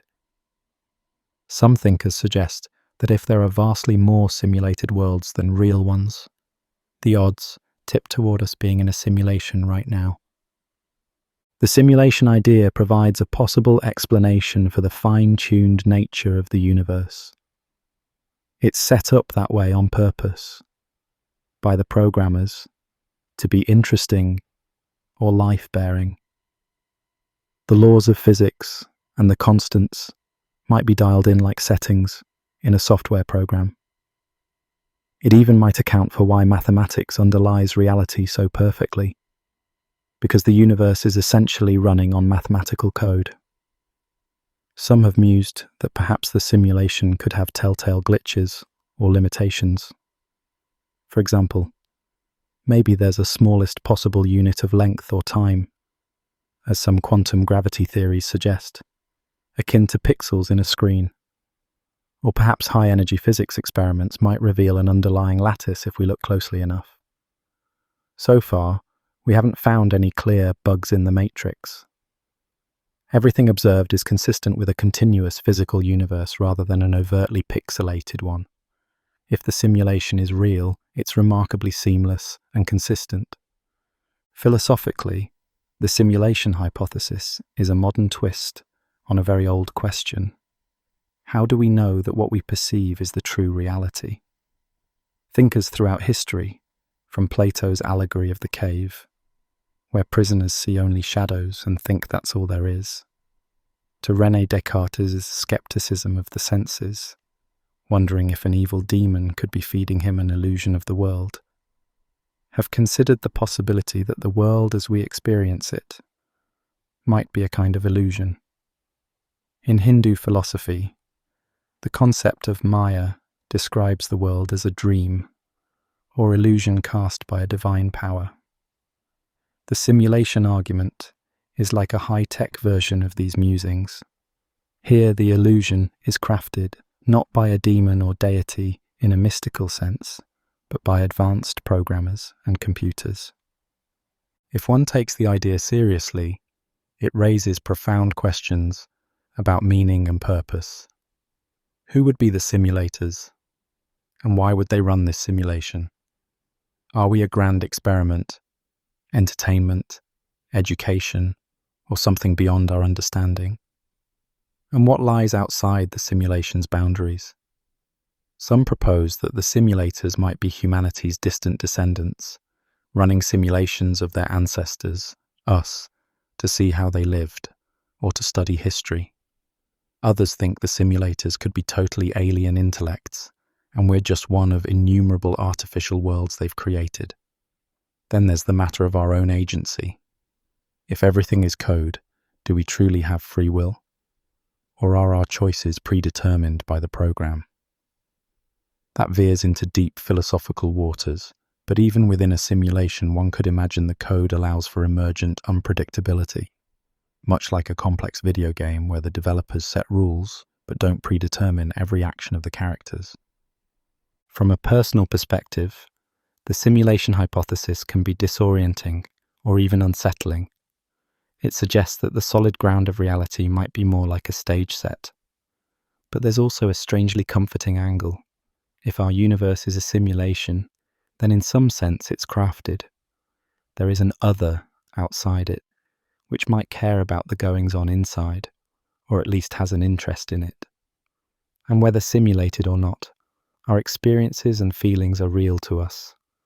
A simulated love, a simulated sunset, is just as beautiful to the observer experiencing it. Life within the simulation has the same richness and weight as it would in a base reality. Pain hurts, joy uplifts, curiosity drives us to seek answers. The hypothesis is nearly impossible to prove or disprove from within the system. Any evidence we find could itself be part of the simulation's design. It becomes an almost metaphysical question. Some have half-jokingly suggested we should be nice to everyone because they might be NPCs, non-player characters, or the simulators in disguise, observing how we treat others. Jokes aside, whether or not we live in a simulation, the fact remains that we find ourselves here, in a universe full of wonder. The simulation theory simply adds another layer of wonderment, the idea that the cosmos might be an artwork or creation on some grand scale. This concept also dovetails with other perspectives that inject intelligence or purpose into the cosmos. If we don't call it a simulation by programmers, we might call it creation by a creator. Or we might imagine that the universe itself is imbued with mind. These ideas venture beyond the empirical into the realm of philosophy and spirituality. Yet they arise naturally when we contemplate why things are the way they are. Let us explore those final speculative waters. The notion of a cosmic consciousness, or an intelligent design behind existence, mused upon in quiet moments by both scientists and sages. As we reach the furthest shores of speculation, we encounter ideas that blur the line between science, philosophy, and spiritual insight. One such idea is that the universe itself might possess a form of consciousness, or that consciousness is a fundamental aspect of reality as basic as space and time. This perspective suggests that mind didn't just accidentally arise within the universe. Rather, the universe has mind woven into it from the start. In some interpretations, every particle, every field, carries a glimmer of awareness, an idea known as panpsychism. In a more holistic vision, the entire cosmos, with its billions of galaxies and intricate laws, could be compared to a great brain or an organism, with we, the living beings, acting as its sensing organs and thinking cells. When we humans contemplate the stars, it might be one small part of the universe contemplating another. As the late astronomer Carl Sagan beautifully put it, we are a way for the cosmos to know itself. In that sense, our eyes gazing up at the Milky Way are the universe gazing back at itself in wonder. This notion of a cosmic consciousness often resonates with ancient and spiritual worldviews. Many religious and mystical traditions have taught that everything is one, interconnected, or that the divine is present in all things. Whether it's phrased as all is Brahman in Hindu philosophy, or the idea of the Logos animating the cosmos in Stoic thought, or even the Gaia hypothesis, seeing Earth as a living entity, the thread is a recognition of some form of awareness or purpose pervading existence. Modern science doesn't have a way to test for a universe-scale consciousness. It may be a concept outside its scope, but some scientists and philosophers entertain the idea that consciousness might not just emerge from complex brains, but could be an intrinsic quality of the universe that guides complexity to arise. Closely related is the concept of intelligent design, though that usually implies a specific intentional creator or architect behind the universe. It's a notion that can be framed in secular terms, like advanced simulators, as in the simulation idea, or in theological terms, like God or a creative principle setting the parameters. The fine-tuning of the cosmos often comes up in these discussions. To some, the most straightforward explanation for why the universe is so precisely set up for life is that it was set up that way on purpose. Perhaps an intelligence, call it God or the simulator or the universal mind, chose the physical laws and constants to allow for stars, planets, and eventually living consciousness to evolve.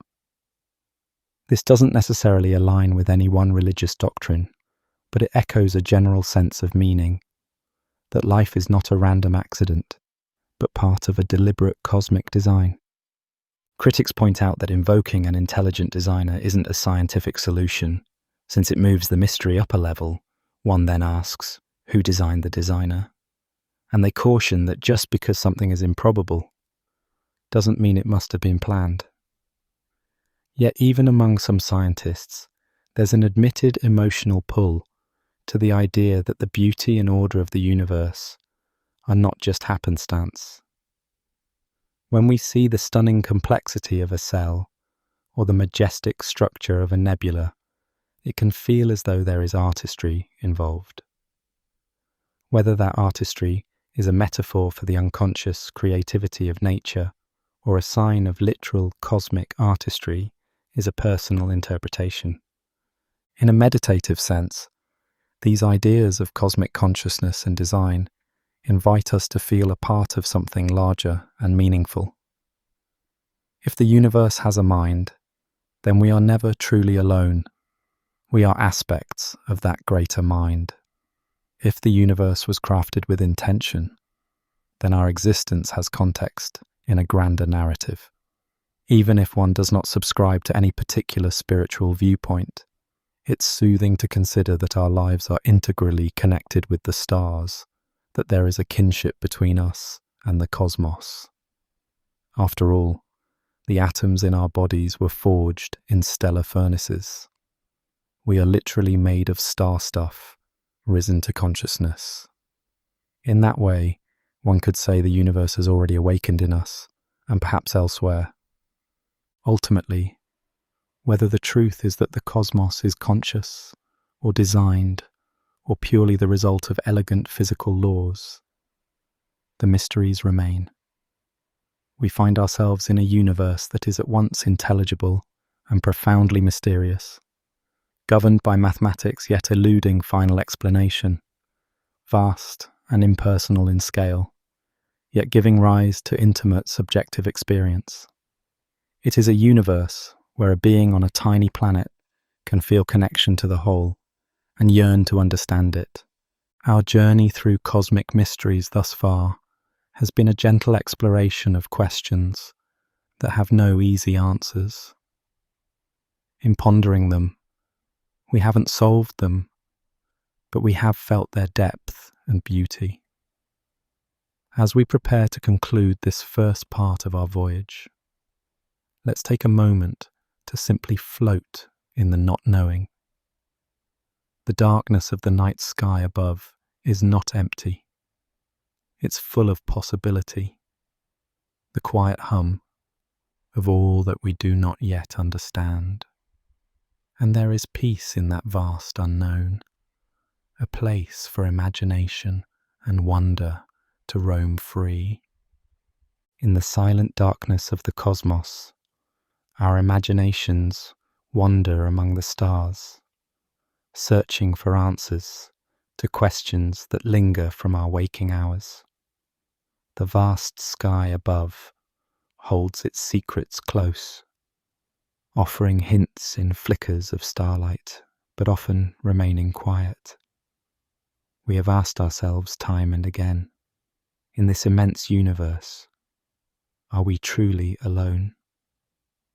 The silence of the night, the stillness between the stars, seems to hold an answer, yet it is an answer wrapped in mystery. For decades, we have listened for voices from the stars, radio signals, faint beacons, any sign that someone else is out there. Our antennae have stretched toward the heavens, ears pressed against the cosmic silence, hoping to catch a whisper from another civilization. Yet across the great expanse, only silence returns. One summer night in 1977, a strange, strong radio signal was detected from the direction of Sagittarius.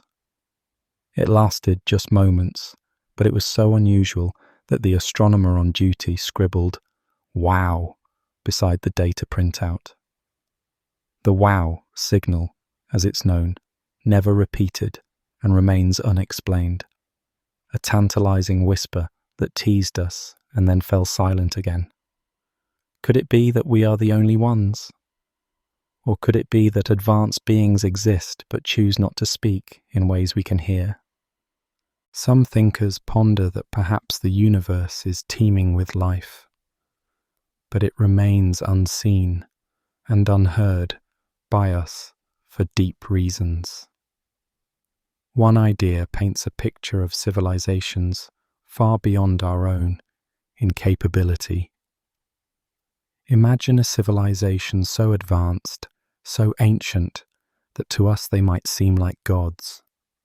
On a scale of cosmic advancement, we as humanity are just at the beginning, sometimes called a Type 1 civilization, harnessing only the energy of our planet. A Type 2 would command the power of an entire star, building great megastructures to capture its light. A Type 3 could roam the galaxy itself, drawing energy from billions of suns. But what of a Type 4? A civilization so unfathomably advanced it could harness the energy of an entire galaxy cluster, or even the whole universe.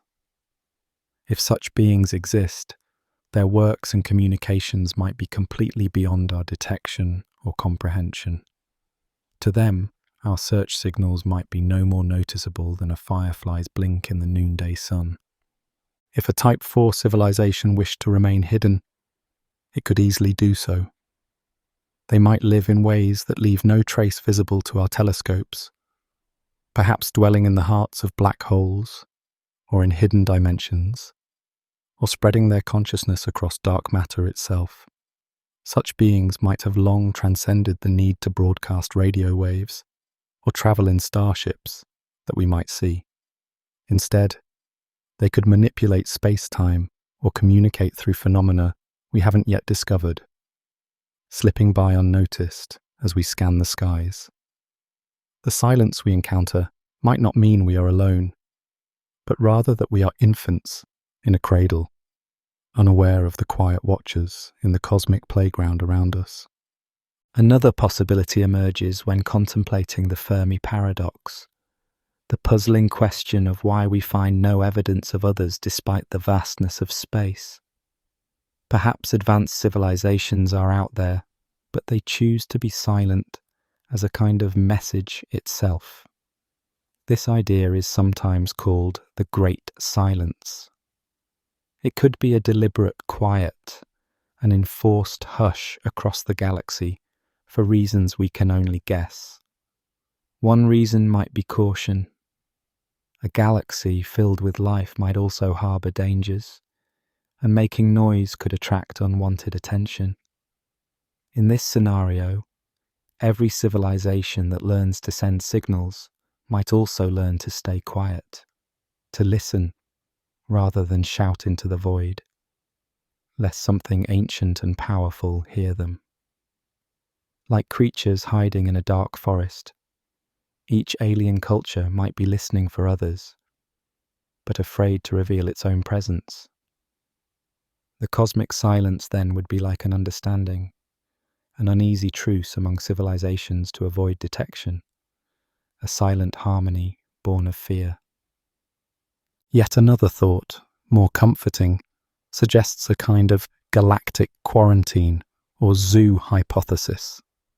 In this scenario, advanced beings know about emerging civilizations like ours, but choose not to interfere or make contact, much as wildlife rangers observe animals in a preserve without disturbing them. Perhaps they believe it is important for us to grow and develop on our own, free from outside influence until we reach a certain level of maturity or technology.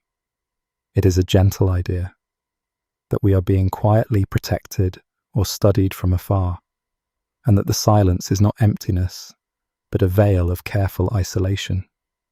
If this is true, then our lonely corner of the universe might not be so lonely after all, just intentionally left to itself until the right time. Under the soft glow of the Milky Way, we can imagine this scenario. We on Earth are like children playing under a street lamp at night, while wise elders stand hidden in the shadows, watching over, but not intruding. Their technology might cloak our solar system, or scramble our messages until one day, when we are deemed ready to join a greater community. The thought can be both comforting and a touch melancholy. Comforting to think we are not alone and perhaps under gentle guardianship, yet melancholy that we are not yet able to reach out and say hello to those distant companions beyond our sight. Others speculate that maybe we are among the first, a young species in a still mostly quiet universe. If life is rare or slow to arise, perhaps many civilizations have yet to form or call out. In the deep night of cosmic time, we might be one of the earliest flickers of consciousness, destined to eventually light a path for those who come after. In that case, the silence isn't because others are hiding or gone, but because the universe is waiting for life's chorus to fill the stage, and we are just the opening notes of a song still being composed. Yet, an alternative perspective considers that perhaps many have tried to sing and faltered. Some scientists speak of a great filter, a barrier on the path of life that is extremely hard to cross. It could be behind us, meaning that perhaps the leap from simple chemicals to living cells is so rare that it almost never happens, and we are one of the lucky exceptions. Or the filter could be ahead of us, meaning that at some stage, perhaps as civilizations advance and gain great power, they tend to destroy themselves, or encounter a catastrophe that ends their story before they can reach out to others. If a great filter waits ahead, it might explain why the cosmos is quiet. Many civilizations might rise, only to burn out or collapse before spreading across the stars. That thought is sobering, but it can also be a call to cherish and protect what we have, to strive carefully so that we might avoid such a fate and become a lasting voice in the cosmic silence. Another idea is that intelligent species might develop ways of living or communicating that are indistinguishable from nature to outsiders like us. They might retreat into virtual realities or communicate using subtle signals we mistake for natural phenomena. Perhaps advanced beings talk not with radio waves, but with neutrinos that pass through planets, or with gravitational waves, or even via quantum entanglement. Methods far beyond our current technology to eavesdrop. We even have a formula, the Drake equation, to estimate how many civilizations might be out there. But many of its factors are unknown, making it more a compass for our ignorance than a calculator of certainty.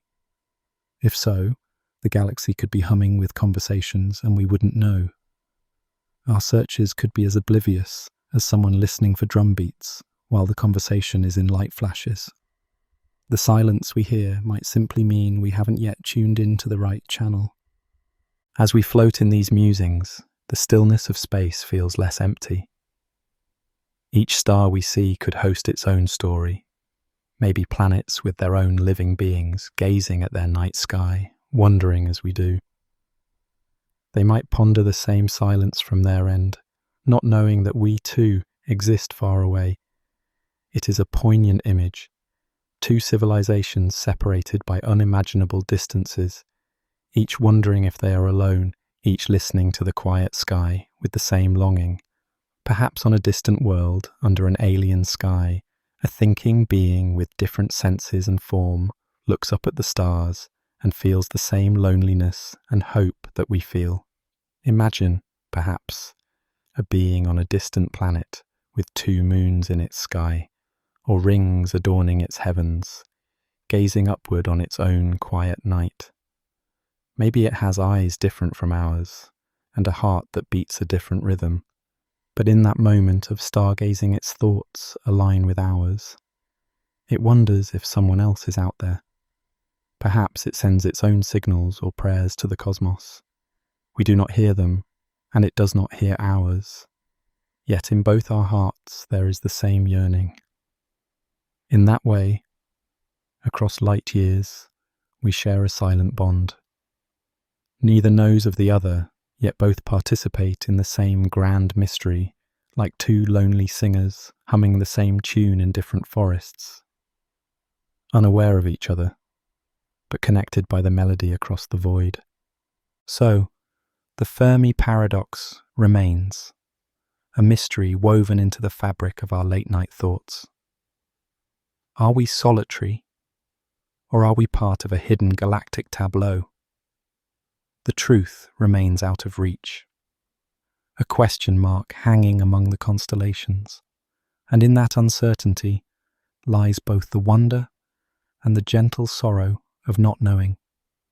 Someday, perhaps, the silence may be broken, maybe by our own journeys to the stars, or by a distant signal when we least expect it. Until then, we find meaning in the mystery itself.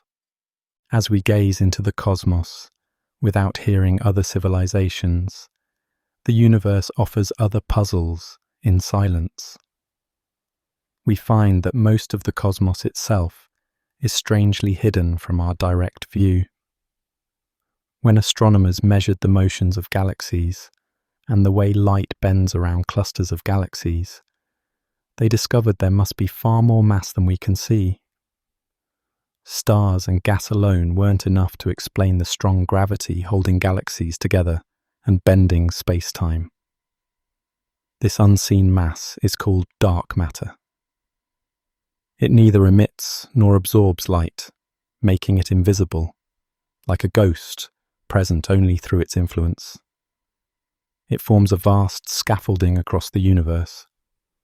Galaxies swarm around clumps of dark matter, like dust around an unseen structure. Yet we still don't know what dark matter truly is. Perhaps it's a new kind of particle permeating space, whispering through ordinary matter without a trace. Or collections of primordial black holes born in the early universe. Perhaps it involves black holes. Or even something exotic, like a shadow universe interacting with ours only via gravity. Scientists have built detectors in deep underground laboratories, hoping to catch a glimpse of a dark matter particle. But so far, these experiments have seen nothing definitive. The dark matter continues to elude us, living up to its mysterious name. And that's not all. In the late 20th century, we learned that the expansion of the universe is mysteriously speeding up. Instead of gravity slowing things down over time, some unknown force is pushing galaxies apart faster and faster. We named this phenomenon dark energy, but the name is just a placeholder for our ignorance. It could be a property of space itself, maybe the energy of the vacuum, constant and unyielding. Or it could be a field that changes over time, a kind of cosmic quintessence. Whatever it is, it dominates the universe, accounting for about 70% of the total energy content, with dark matter making up about 25%. That leaves only 5% for everything we actually see. Stars, planets, gas, dust, us, all of it. In a sense, we are like fish who only perceive a small part of the ocean, unaware that the water around us extends far beyond what our senses directly tell us. The bulk of existence is hidden in the dark. These profound mysteries, dark matter and dark energy, show us that even as we look outward as far as we can, we are still mostly in the dark about what the cosmos is made of and what its fate will be. Will dark energy continue to push until galaxies are isolated and even atoms are pulled apart in a big rip? Or will it mellow out and let the universe coast quietly on, perhaps even cycle into a new phase? We don't yet know. The universe keeps its secrets well, but acknowledging these unknowns is oddly comforting too. It means there is so much more to discover, that the cosmic story has many chapters unread. The darkness is not just emptiness, but a canvas of possibilities, awaiting the light of understanding. Not all cosmic mysteries are invisible in that way. Some announce themselves dramatically, yet keep their innermost secrets hidden. Black holes, for example, are among the most fascinating objects in physics. They form when matter, often a massive star, collapses under its own gravity so intensely that it creates a region from which nothing, not even light, can escape.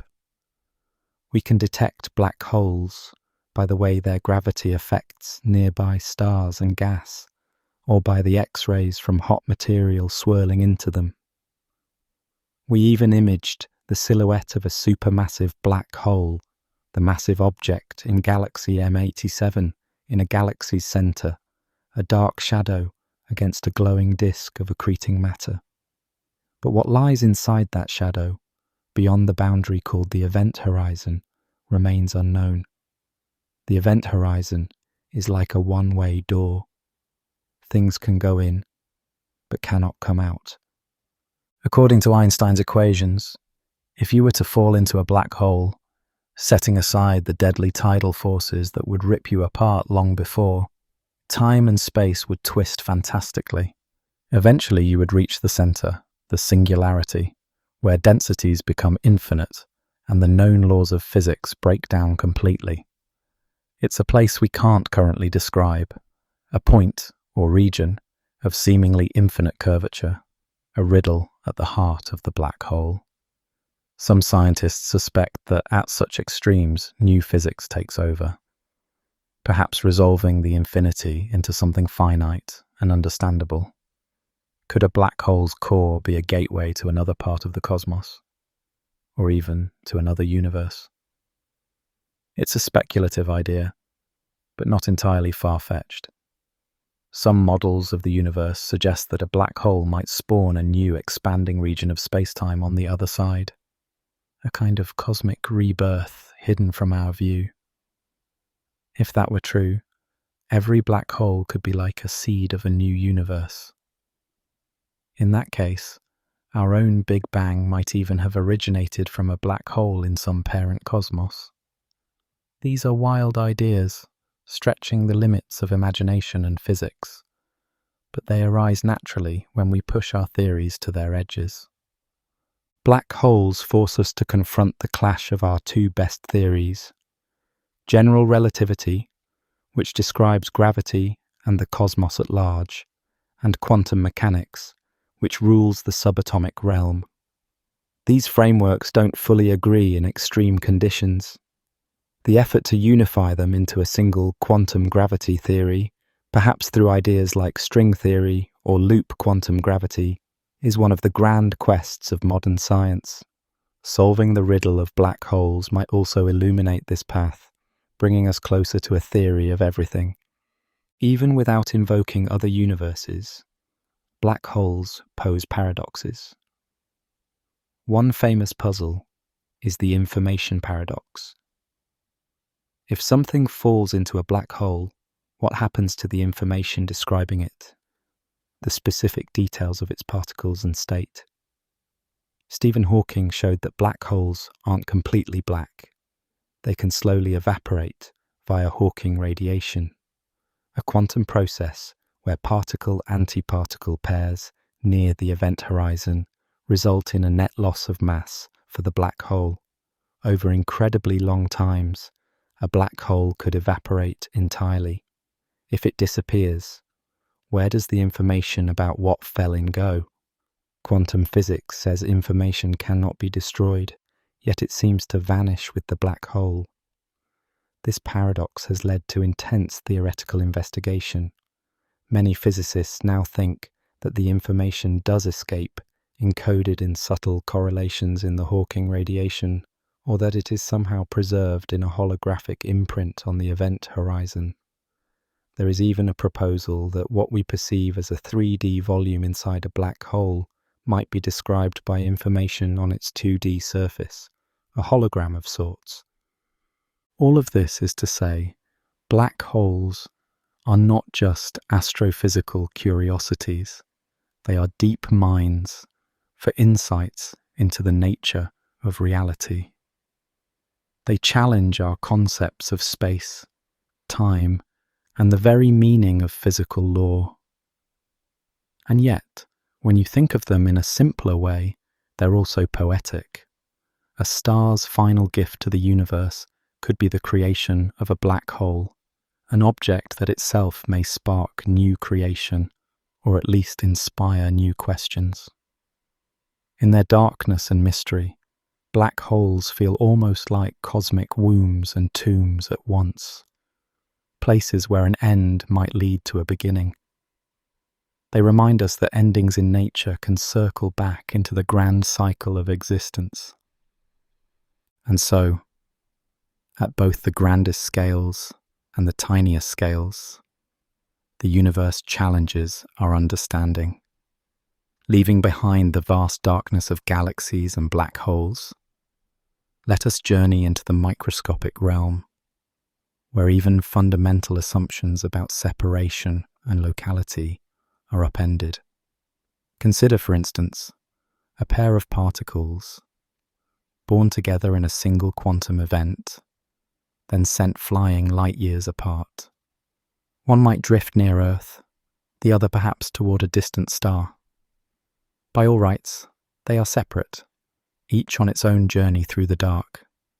Yet, in a way that defies common sense, these two particles remain connected, If one is gently nudged or measured, the other responds instantaneously, as if it somehow knows what happened to its twin across the light years. Einstein himself marveled at this and called it spooky action at a distance. We know it by a more technical name, quantum entanglement. Quantum entanglement is like a silent language between particles, a secret whisper that ignores the normal limits of space and time.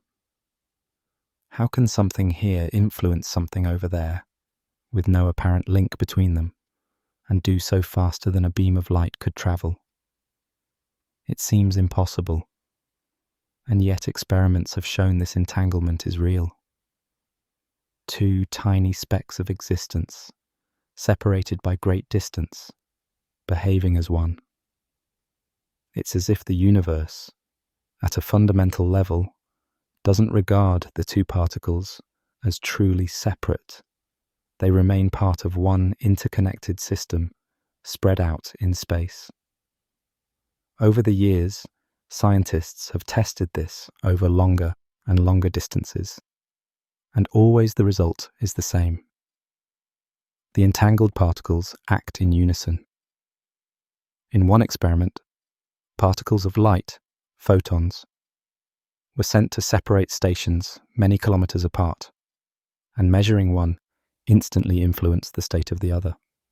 In another remarkable feat, a photon on a satellite orbiting Earth was entangled with one on the ground, yet they still danced in tandem across 1,200 kilometers. It was as if the thin space between them did not exist for their shared quantum heartbeat. Scientists even accomplished a form of quantum teleportation, transferring the exact state of a particle to another distant particle using entanglement. As if a particle in one place vanished and its twin acquired its traits instantly. These tests confirm that entanglement is not just a theory. It is a very real feature of our world, however counterintuitive. This phenomenon hints that our classical understanding of separateness is incomplete. Imagine the universe as a vast ocean and these entangled particles as two little boats bobbing on the surface. A wave that rocks one boat will eventually rock the other, not by sending a signal across the water, but because both are riding the same underlying swell. Entanglement makes us wonder. Perhaps everything in the cosmos is, in a way, connected beneath the surface.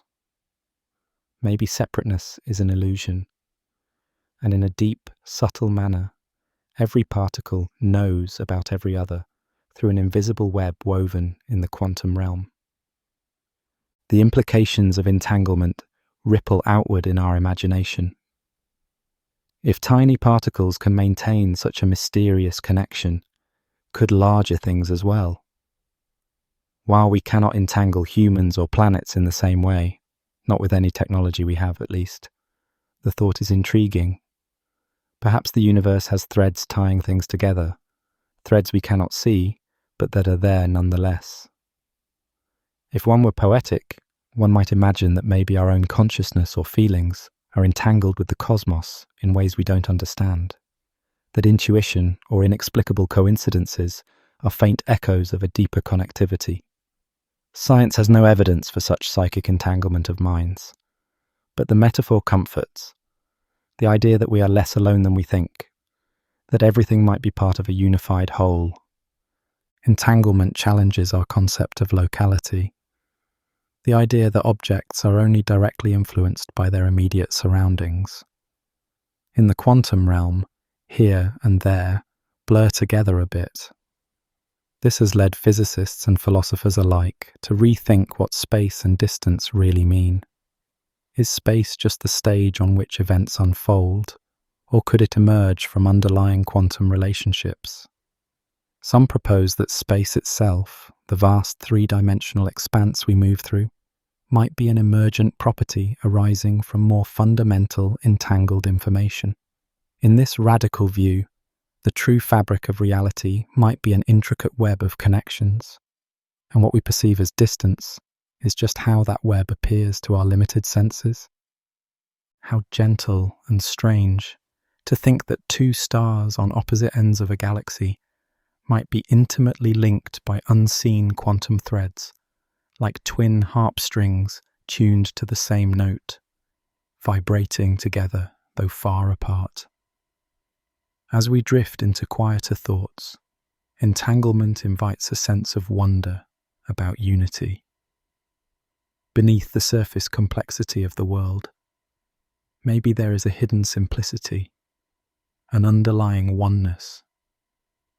In this way, quantum entanglement hints at a cosmos where separation is not absolute. It suggests that while we scan the stars for signals of other life, there might be a more subtle form of connection already pervading the universe.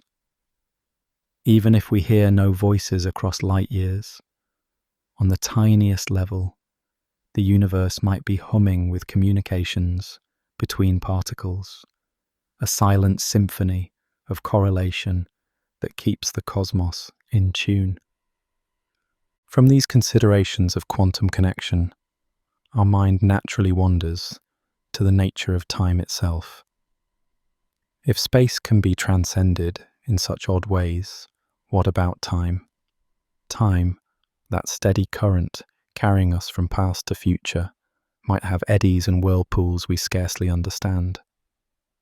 We usually experience time as a one-way street, hours moving forward, never backward. We remember the past, but not the future. Yet the fundamental laws of physics, intriguingly, often don't mind running forward or backward in time. Many equations are time-symmetric. It's as if the universe's basic rules themselves don't dictate an arrow of time. The arrow may come from something else, like the build-up of entropy, the way disorder increases, giving time a direction. But even entropy's arrow leads to strange scenarios when looked at closely or when imagined far from our everyday experience. Recently, scientists have crafted something almost magical sounding: time crystals. Just as an ordinary crystal is a pattern that repeats in space, like the orderly array of atoms in a diamond or the facets of a snowflake, a time crystal is a pattern that repeats in time. It's a state of matter where, under the right conditions, the structure changes and then returns to its initial state in a regular cycle, over and over, without consuming energy in the usual way. In a sense, it oscillates perpetually, like a beating heart that never stops, a clock that runs forever without winding down. This doesn't violate any laws. Energy isn't being created from nothing. Rather, the system finds a loophole by settling into a novel kind of equilibrium that still has motion within it. Amazingly, time crystals are not just thought experiments. In 2017, physicists actually created one. Using carefully controlled quantum systems, like ions trapped in electromagnetic fields and interacting via lasers, they observed a group of particles that settled into a perpetual oscillation. In effect, the system found a stable rhythm all on its own, flipping its state back and forth at a regular interval, with no continuous push to keep it going. It was as though they had coaxed a tiny drum to keep beating eternally with no drummer. This achievement showed that time crystals can exist, hinting that time itself holds patterns we are only beginning to uncover. What does it mean to have a crystal of time? It's a difficult concept to wrap one's head around. One way to imagine it is like a child's jump rope being swung. The rope moves in a repeating pattern as time flows. Now, if that rope could somehow keep swinging on its own without anyone's hand to drive it, always in motion, always repeating its pattern every second or every hour, that would be akin to a time crystal. In laboratories, these strange time crystals have been realized in carefully controlled experiments with trapped atoms and ions, where the particles rotate or flip in a fixed rhythm endlessly. It's as though nature offers a hint that time might have its own hidden symmetries and structures, just as space does. Time crystals stir the imagination because they show that time is not just an empty backdrop. It can have interesting structures and surprises. If a simple physical system can have a time crystal, what other strange things might time do under different circumstances? Could time loop on itself? Could it perhaps even be travelled through? This brings us to one of the most captivating and paradoxical mysteries, the possibility of time travel. Normally, time travel is the stuff of fantasy and science fiction.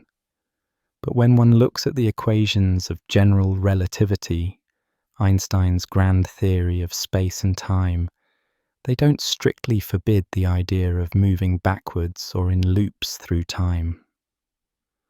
They allow for strange geometries of space-time, like closed time-like curves, which are paths through space-time that loop back onto themselves. These are mathematical possibilities. If space-time is twisted by things like extreme gravity or hypothetical cosmic strings. No evidence yet says such loops exist in our universe, and many physicists suspect that some unknown law or effect would prevent paradoxes from ever materializing. But let's indulge the thought gently as a mind experiment. Consider the classic grandfather paradox.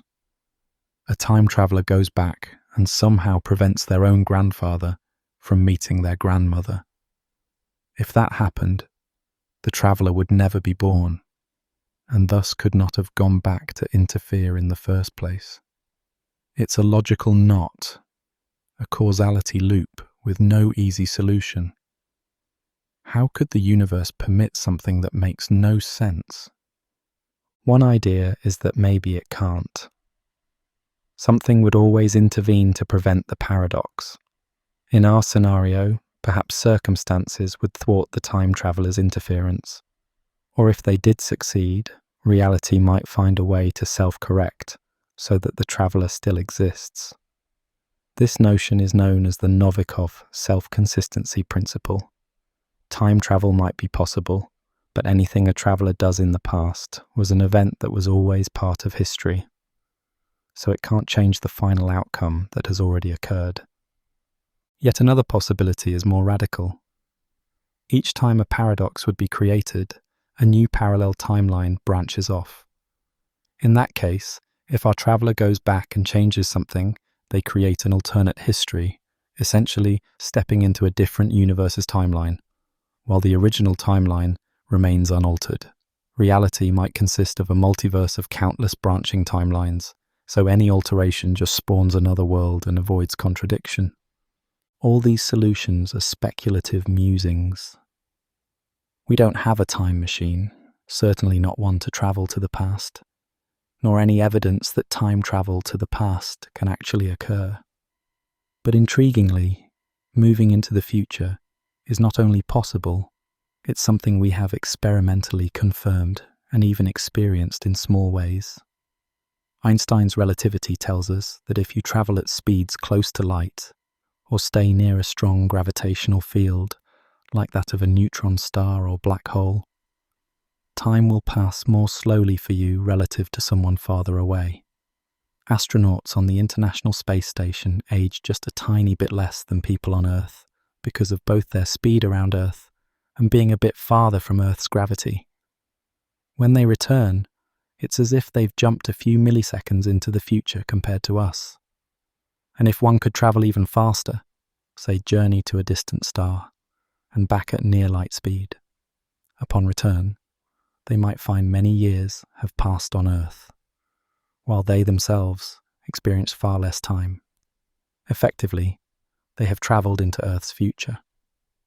Travelling to the past, however, remains in the realm of theoretical speculation and fiction, wormholes, hypothetical tunnels through space-time, sometimes emerge in equations as a possibility for shortcuts linking distant points in space and time. If one mouth of a wormhole could be moved or manipulated in a certain way, perhaps time differences could allow the wormhole to connect different moments as well as places. But wormholes themselves are unproven, likely unstable, and the paradox issues would still loom large. Still, the concept of time travel invites us to dream. One might imagine stepping into a shimmering portal and emerging in another era entirely. What would you witness? Perhaps the young Earth in its primordial dawn. Skies filled with volcanically tinted clouds and the first oceans forming. Or journey further back to see giant dinosaurs roaming green prehistoric plains under an alien constellation of stars. Maybe you'd skip ahead millennia to see what becomes of our descendants, or step quietly into a distant future to watch galaxies change shape over eons. These are flights of fancy, of course. We cannot do these things in reality. But in our minds, gently and without disturbing a soul, we can wander through time's panorama. We become quiet tourists in epochs long gone or yet to come, simply appreciating the vast tapestry of moments that make up history and future. It's comforting that in dreams and imagination, time travel is possible, even if waking life keeps us anchored to the present. And indeed, here we are, bound to the present moment, experiencing the universe one moment at a time. And that is okay. The fantasies of time travel enrich our stories and creativity, but the reality of the present is precious. It is humbling and calming in a sense. Despite all these wild ideas, we live here and now, together, each moment unique and fleeting. Perhaps one day, in the far future, humans or their distant progeny may unlock ways to sidestep time or solve the paradoxes. Or perhaps not. Perhaps the flow of time is meant to be as it is. A gentle, one-way stream that gives life its order and meaning. In any case, pondering the mysteries of time makes us appreciate the here and now even more. From the intricate fabric of time, we step out further to behold the stage on which all this unfolds. Space itself, and the possibility that what we see is not all that exists. Our senses and instruments perceive a three-dimensional space around us, with time making a fourth dimension in the tapestry of space-time. Length, width, height, and time, these define our experience. But what if there are more dimensions, hidden from our view? Mathematics and physics have long entertained the existence of extra dimensions. In fact, the idea goes back over a century. After Einstein described how 3 space dimensions and 1 time dimension are unified in relativity, some thinkers wondered, why stop at 4? Could the universe have a 5th dimension or more that we simply can't perceive directly? In the 1920s, Theodore Kaluza and Oscar Klein proposed that electromagnetism and gravity might unify if there were an additional spatial dimension curled up so small we don't notice it. Their idea was a precursor to modern theories that require extra dimensions, such as string theory. String theory, a modern attempt to unify physics, suggests our universe might have not just 3 spatial dimensions, but 6 or 7 extra ones. In fact, making a total of 10 or 11 dimensions, including time in some theories, compactified into tiny shapes so minuscule that to us, the universe still appears 3-dimensional. These extra dimensions could be curled up like tiny loops at every point in space, so small that only subatomic particles feel their effects. Imagine an ant walking along a thin wire. From far away, the wire looks one-dimensional. The ant can only move forward or backward. But up close, the ant can also walk around the wire's circumference, a second dimension that was invisible from afar. Likewise, an extra dimension of space might be like that small circle, present but hidden, except on the tiniest scales, or with a special perspective. Beyond tiny curled dimensions, there's another idea. Extra dimensions might be vast, and we could be confined to a three-dimensional brain within a higher dimensional space. In brain cosmology, our whole universe could be like a sheet floating in a higher dimensional expanse, sometimes called the bulk. We, our planet, our stars, everything we see, are stuck on this cosmic sheet, unable to move off it in the higher dimensional direction, much like a drawing on a piece of paper cannot suddenly jump off the page into the third dimension. Why would we be stuck? One idea is that all of the particles and forces we know, except gravity, are like ink on the paper, confined to the sheet. Gravity, however, is more like the shape of the paper itself. It can curve through the higher dimension and is not truly confined. That might explain why gravity is so much weaker than the other forces. Perhaps much of its influence leaks into these invisible extra dimensions. It's a mind-bending concept, but one with theoretical backing, as physicists have tried to solve puzzles like the weakness of gravity or the nature of dark matter by thinking outside our three-dimensional box. If our universe is a brain, could there be others? Possibly. There might be other parallel brains, other three-dimensional universes, floating near ours in higher dimensional space, like pages in a book, each page a separate universe. Most of the time we'd never know about them. They are completely separate realms with their own stars and perhaps their own life, but essentially invisible to us because we cannot step off our own page. However, maybe once in a great while, two brains could come very close, or even collide. Some cosmologists have speculated that such a collision between brains could have been the event that set off our Big Bang, two universes touching, unleashing tremendous energy, and creating a new universe, ours, in the process. If that were so, perhaps echoes of that collision are imprinted in the large-scale structure of our cosmos, or in the cosmic microwave background radiation, the afterglow of the Big Bang that we observe today. What about contact between brains now? If another universe is only a hair's breadth away in a higher dimension, could its gravity or other subtle influences affect us? Some theories propose that what we call dark matter, the unseen mass that makes galaxies rotate faster than expected, might actually be matter in a parallel brain. Its gravity leaks into our universe, making it seem like there's invisible matter here, when in fact those gravitational effects come from mass in a neighboring universe. It's a wild idea, but it shows how extra dimensions and brain worlds can offer imaginative answers to cosmic mysteries. Higher dimensions provoke thought about beings that might inhabit them. If a four-dimensional being existed, four spatial dimensions that is, how would we perceive it?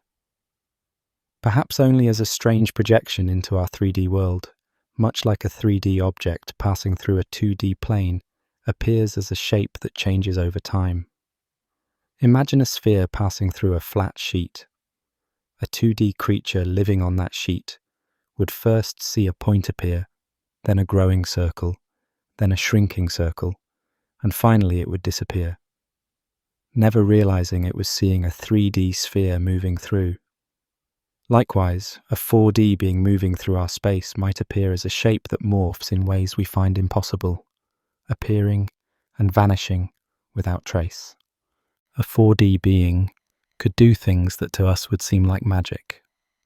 It could, for instance, see inside a closed box without opening it, or appear inside a sealed room by stepping in from a direction we can't access. Such thought experiments stretch our brains, but they remind us that our perceptions may not encompass all of reality's possibilities. In the calm of a contemplative night, thinking of extra dimensions makes our everyday, three-dimensional life feel at once cozy and limited. We navigate length, width, and height easily. Time steadily moves us along. But beyond, in the unseen hyperspace, who knows what shapes and forms dance? Perhaps we will never directly sense those extra dimensions, but through mathematics and subtle experiments, we might infer their presence. Or perhaps the universe is truly only as it appears, 3 dimensions of space and 1 of time, and the extra dimensions are just flights of fancy on our part. Yet even if they are speculative, they serve a purpose in our quest. They encourage us to imagine reality far beyond the confines of what we experience, to break the walls of our cosmic fishbowl, if only in mind. From the grand scale of cosmic brains and hidden dimensions, we can drift to another profound idea, a concept that arises when we consider the vast stretches of time ahead of us and the strange nature of probability. It's the notion of the Boltzmann brain, and it is as bizarre as any science fiction, yet born of serious scientific pondering. To understand it, picture the universe in the extremely far future, not just millions of years, not even billions, but trillions upon trillions of years ahead, so far that the stars have exhausted their fuel. In that distant epoch, galaxies as we know them will have faded. Stars will wink out one by one, leaving behind degenerate embers like black dwarfs and neutron stars. Eventually, even those may decay or fall into black holes. Black holes themselves, over unimaginable times, will slowly evaporate via Hawking radiation, leaking away into particles and light until nothing coherent remains. What's left is a vast, thin soup of particles, almost no energy, and ever-expanding cold darkness.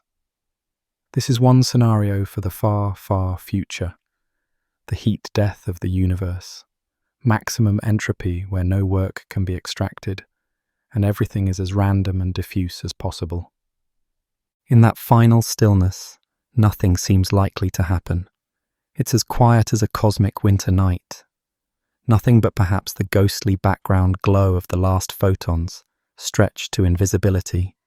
Yet, when we deal with infinity or extremely large spans of time, even the unlikely becomes inevitable, given enough chances.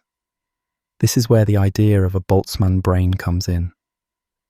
Ludwig Boltzmann was a physicist who considered how order and disorder, entropy, play out statistically. In a perfectly chaotic system, occasionally random fluctuations will produce pockets of order by pure chance. It's like if you shake a box of jigsaw puzzle pieces long enough, there's an incredibly tiny chance they might accidentally come together to form a small part of the picture. Now, if the universe persists for an almost infinite time in a near chaotic state, every now and then, by sheer accident, particles might momentarily come together in just the right way to form complex structures. Most of these would be fleeting and meaningless. Maybe a single atom assembles, or a tiny crystal pops into existence for a second. But given unlimited tries, eventually something as intricate as a brain could form, complete with the exact arrangement of atoms to replicate memories and consciousness, just for a brief moment, before it dissolves back into chaos. That hypothetical, spontaneously formed mind is called a Boltzmann brain. It's a disorienting concept, a disembodied brain, containing within it perhaps the memory of a life never actually lived, floating alone in space for just an instant before quantum randomness or entropy disperses it. It may sound terrifying or profoundly lonely, but remember, this is a mind born from chaos. It might not even have time to realize its situation before it's gone. The reason scientists ponder this scenario is to make sense of why we see the universe in a relatively ordered, low entropy state, with galaxies, stars, and life, rather than in chaos. If the universe were eternal and reached heat death, the vast majority of eternity would be spent in chaos, where Boltzmann brains popping up might actually be more common than brains that evolved in orderly worlds. That leads to a weird puzzle.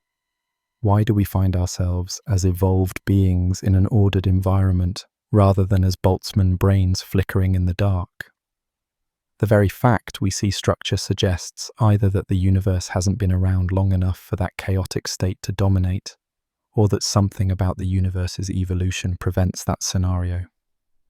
One answer could be that our universe had a true beginning, the Big Bang, with low entropy, and perhaps it will not last into eternal heat death. Maybe it will end, or maybe it will reboot in cycles, as some cyclical cosmology models suggest. Or maybe there are many universes, and naturally we find ourselves in one of the rare orderly ones, because only those allow observers like us to exist, a kind of anthropic reasoning. It might also suggest that an eternal heat-death scenario could be incomplete, that perhaps new ordered patches, new Big Bangs, keep being spawned in an even larger multiverse, so the chaotic eternity is never the whole story. For our meditative journey, what does the Boltzmann brain idea give us? Perhaps a strange appreciation for the fact that we are here, thinking our thoughts in a stable, law-abiding universe. We are not random flickers of awareness appearing out of nowhere. We can be overwhelmingly confident of that, given how much consistency and history we observe around us. We have continuity, a past grounded in a real sequence of events, a future that can be shaped by causes and effects. We can be grateful for that stability. The cosmos has given us a place and time where life can evolve gradually, not just a chance assembly out of chaos. It also humbles us by showing how even something as sacred as consciousness could, in theory, be boiled down to a mere arrangement of matter, arrangements that could occur by chance given eons, though extraordinarily rarely. It stirs a kind of cosmic empathy. If such a lonely brain ever did flicker into existence, would it suffer? Would it be confused? Perhaps not. Maybe it wouldn't last long enough for a single coherent thought. But if it did, one might poetically hope that our collective awareness, far in the future, could somehow provide comfort. Perhaps far future civilizations, if any survive, will find ways to send beacons of meaning even into an empty universe, to give any stray flicker of mind a friendly illusion or a gentle thought. It's fanciful, but there is a tenderness in the idea, trying to spread solace to even the most fleeting spark of awareness in the darkness. It makes us appreciate the stability and order of the reality we know, as opposed to the chaotic flickers that could dominate a lifeless eternity. From the eerie idea of spontaneously arisen minds, we turn to another deeply speculative cosmic possibility, one that concerns the very ground of reality we take for granted, the stability of our vacuum. Here, vacuum doesn't mean just empty space in the everyday sense. It means the underlying energy state of all the fields in the cosmos, what we call the vacuum state. Even what we think of as empty space is not truly empty. It's filled with fields, like the electromagnetic field, the Higgs field, etc., and a baseline energy. We live in what seems to be a stable vacuum state where physics behaves consistently. But is this state the true lowest energy state of the fields? Or could it be a temporary, metastable state that one day might transition to something entirely different. The idea of a false vacuum suggests that our current universe might be in a local minimum of energy, not the absolute minimum. It's as if the universe is resting in a valley in an energy landscape, a low point, but not the lowest possible point. Just beyond the little hill, there could be a deeper valley. Normally, the universe can't simply roll over into that deeper valley because it's stuck where it is, like a ball that's comfortable in one depression on a landscape and doesn't have enough push to get over the ridge to the next valley. However, through a quantum tunneling process, it's possible, though exceedingly unlikely at any given moment, for the ball to suddenly appear on the other side of the hill and then roll down into the deeper valley. That would be a vacuum decay event, the universe finding a new, lower energy state. If such an event occurred, what would happen? In that new vacuum, the fundamental constants and forces could be different. Physics as we know it would be rewritten. The event would start at some point in space, and then a bubble of the new vacuum would rapidly expand outward at nearly the speed of light, converting everything it touches into the new conditions. It's been described as a cosmic catastrophe, but not one anyone would ever see coming or even experience in a conventional sense, because as the bubble wall passes, it changes the physics you're made of. You'd likely never know. You'd be instantly disassembled, or rather, reassembled in a new form, without any warning or pain. It's a scenario far beyond human control. But thankfully, if it is possible at all, calculations suggest it wouldn't happen for an unimaginably long time, far longer than the current age of the universe. Perhaps 100 years or more.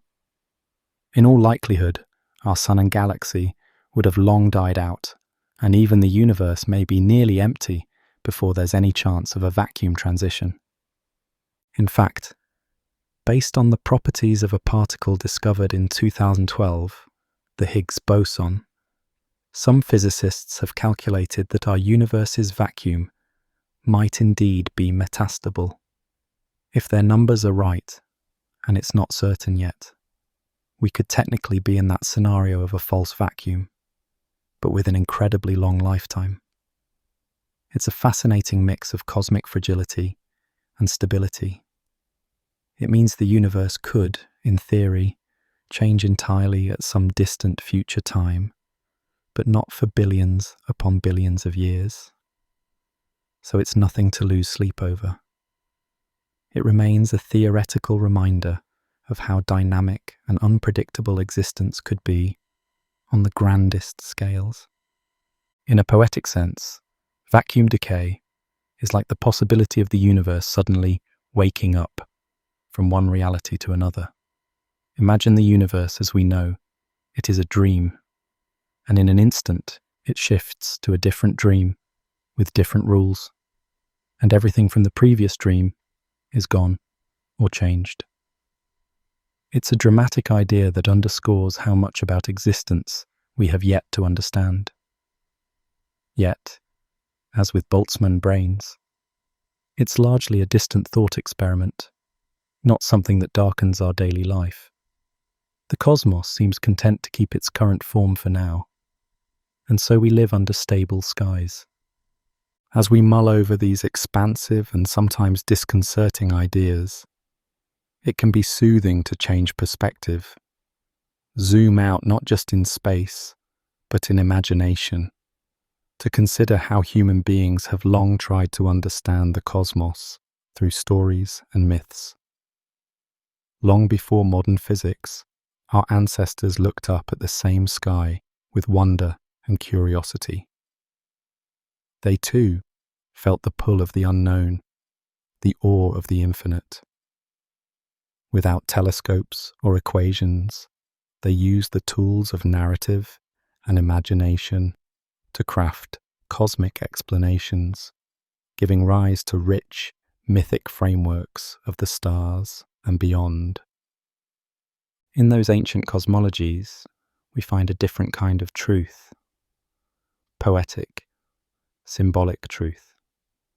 They may not match the physical reality we now describe, but they reflect the human soul and its relationship to the cosmos.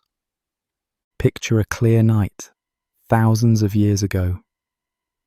Far from city lights, the Milky Way, a shimmering band across the sky. To the ancient Greeks, the sky was the realm of their gods and heroes.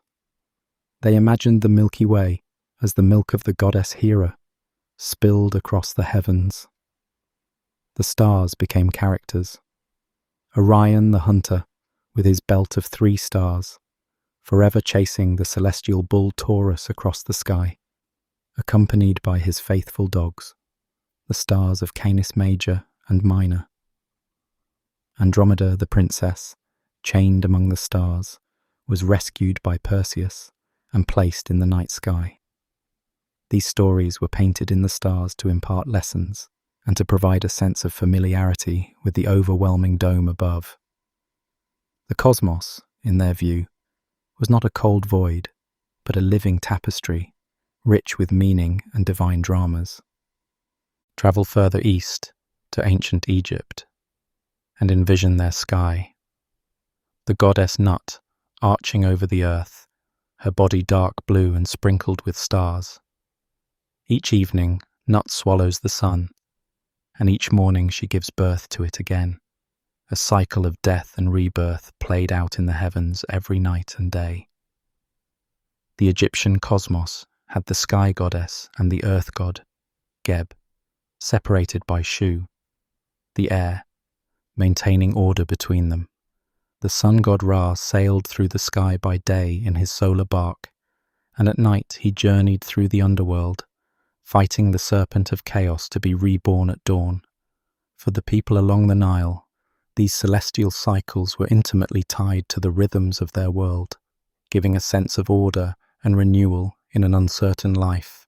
Further north, in the cold Viking nights, the Norse peoples envisioned a great ash tree called Yggdrasil, the world tree, connecting all things.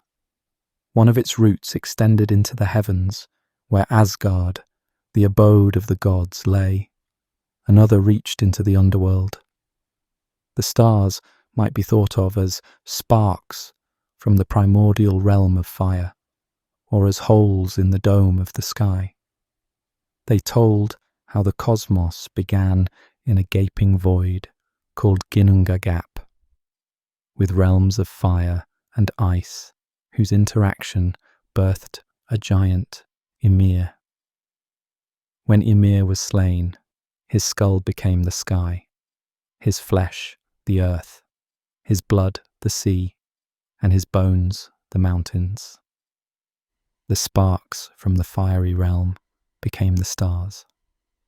Such imagery is raw and powerful, tying the very celestial objects to the body of a primordial being, and emphasizing that we live amidst the remains of creation. In the Indian subcontinent, ancient Vedic cosmology conceived of the universe as cyclical and grand beyond imagining. Time was divided into vast ages, yugas, and the cosmos went through infinite cycles of creation, preservation, and dissolution. The god Vishnu, in one story, lies on the cosmic ocean, and as he dreams, a lotus blooms from his navel. Inside that lotus is Brahma the creator, who manifests the world. After billions of years, when one cycle ends, everything dissolves back into the ocean, and Vishnu sleeps until the next creation.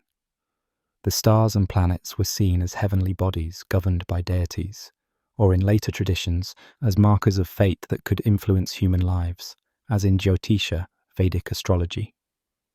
The night sky was also mapped into nakshatras, lunar mansions, and zodiac signs, deeply entwined with myth and meaning.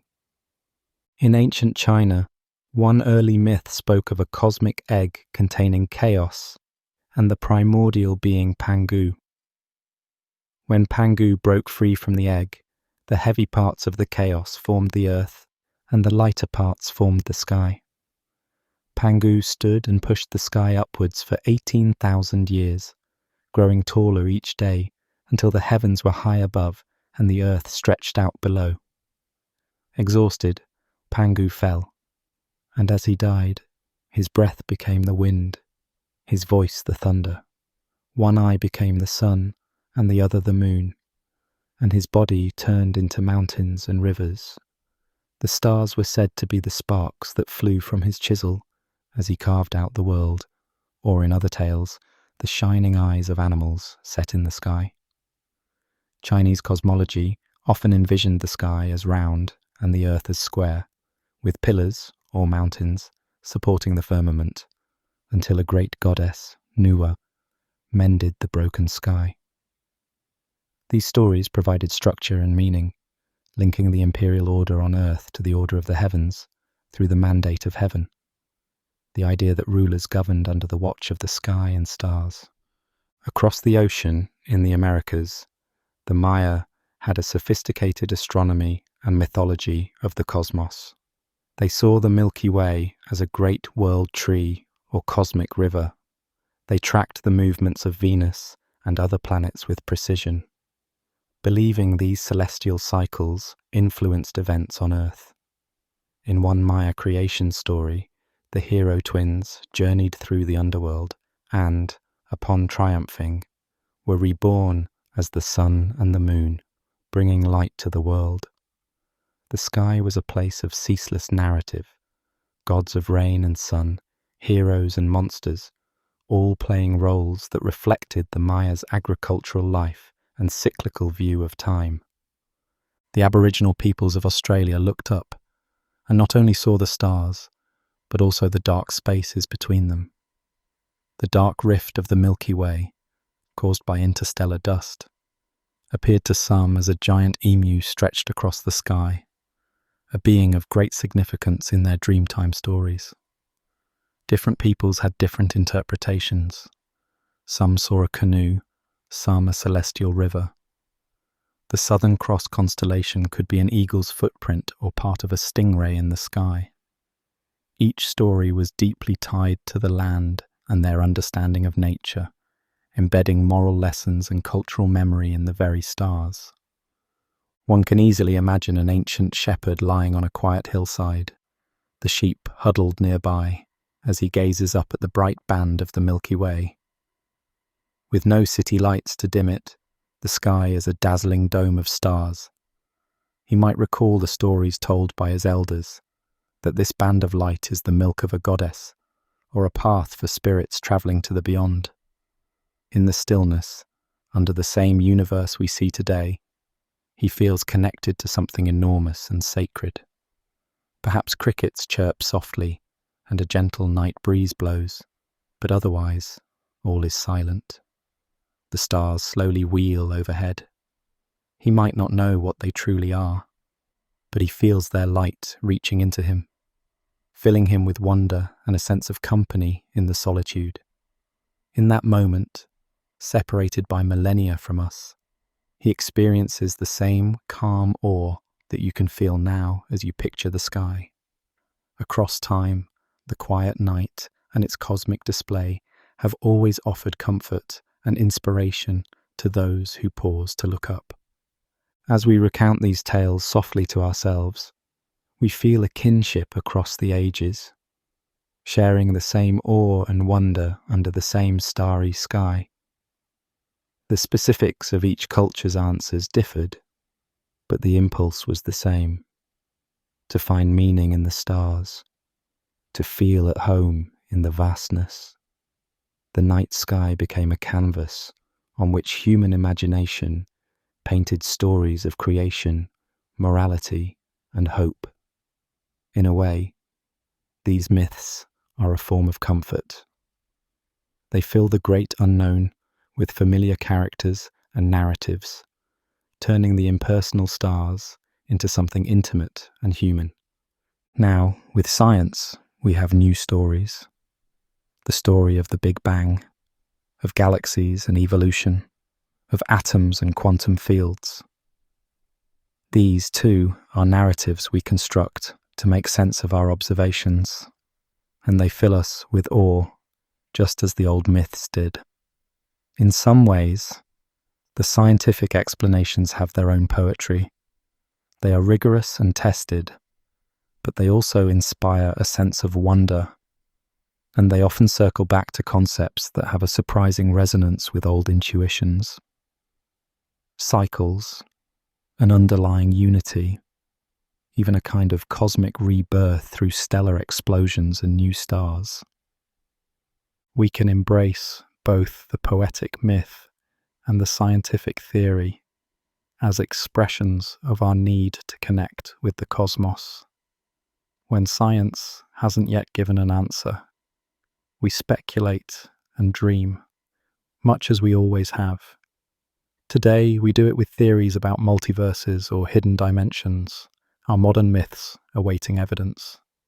And as we gather more evidence, our understanding changes, but the wonder only deepens. Take a moment to consider a single photon, a tiny particle of light emitted from a distant star. It might begin its journey in the core of a star in another galaxy, created in a nuclear reaction that has been brewing for millions of years. The photon fights its way out of the dense stellar interior and finally escapes into the freedom of space. Then it travels alone across the vast darkness for thousands, or perhaps millions of years, never slowing, never tiring. It may pass through interstellar clouds of gas, skirt the edge of a distant planet, or slip quietly through the void between galaxies. Eventually, after its long, silent voyage, that photon arrives here and gently touches your eye on a clear night or the lens of a telescope. In that instant, the photon's epic journey ends. It gives up its energy so that you can see the star from which it came. Think of that.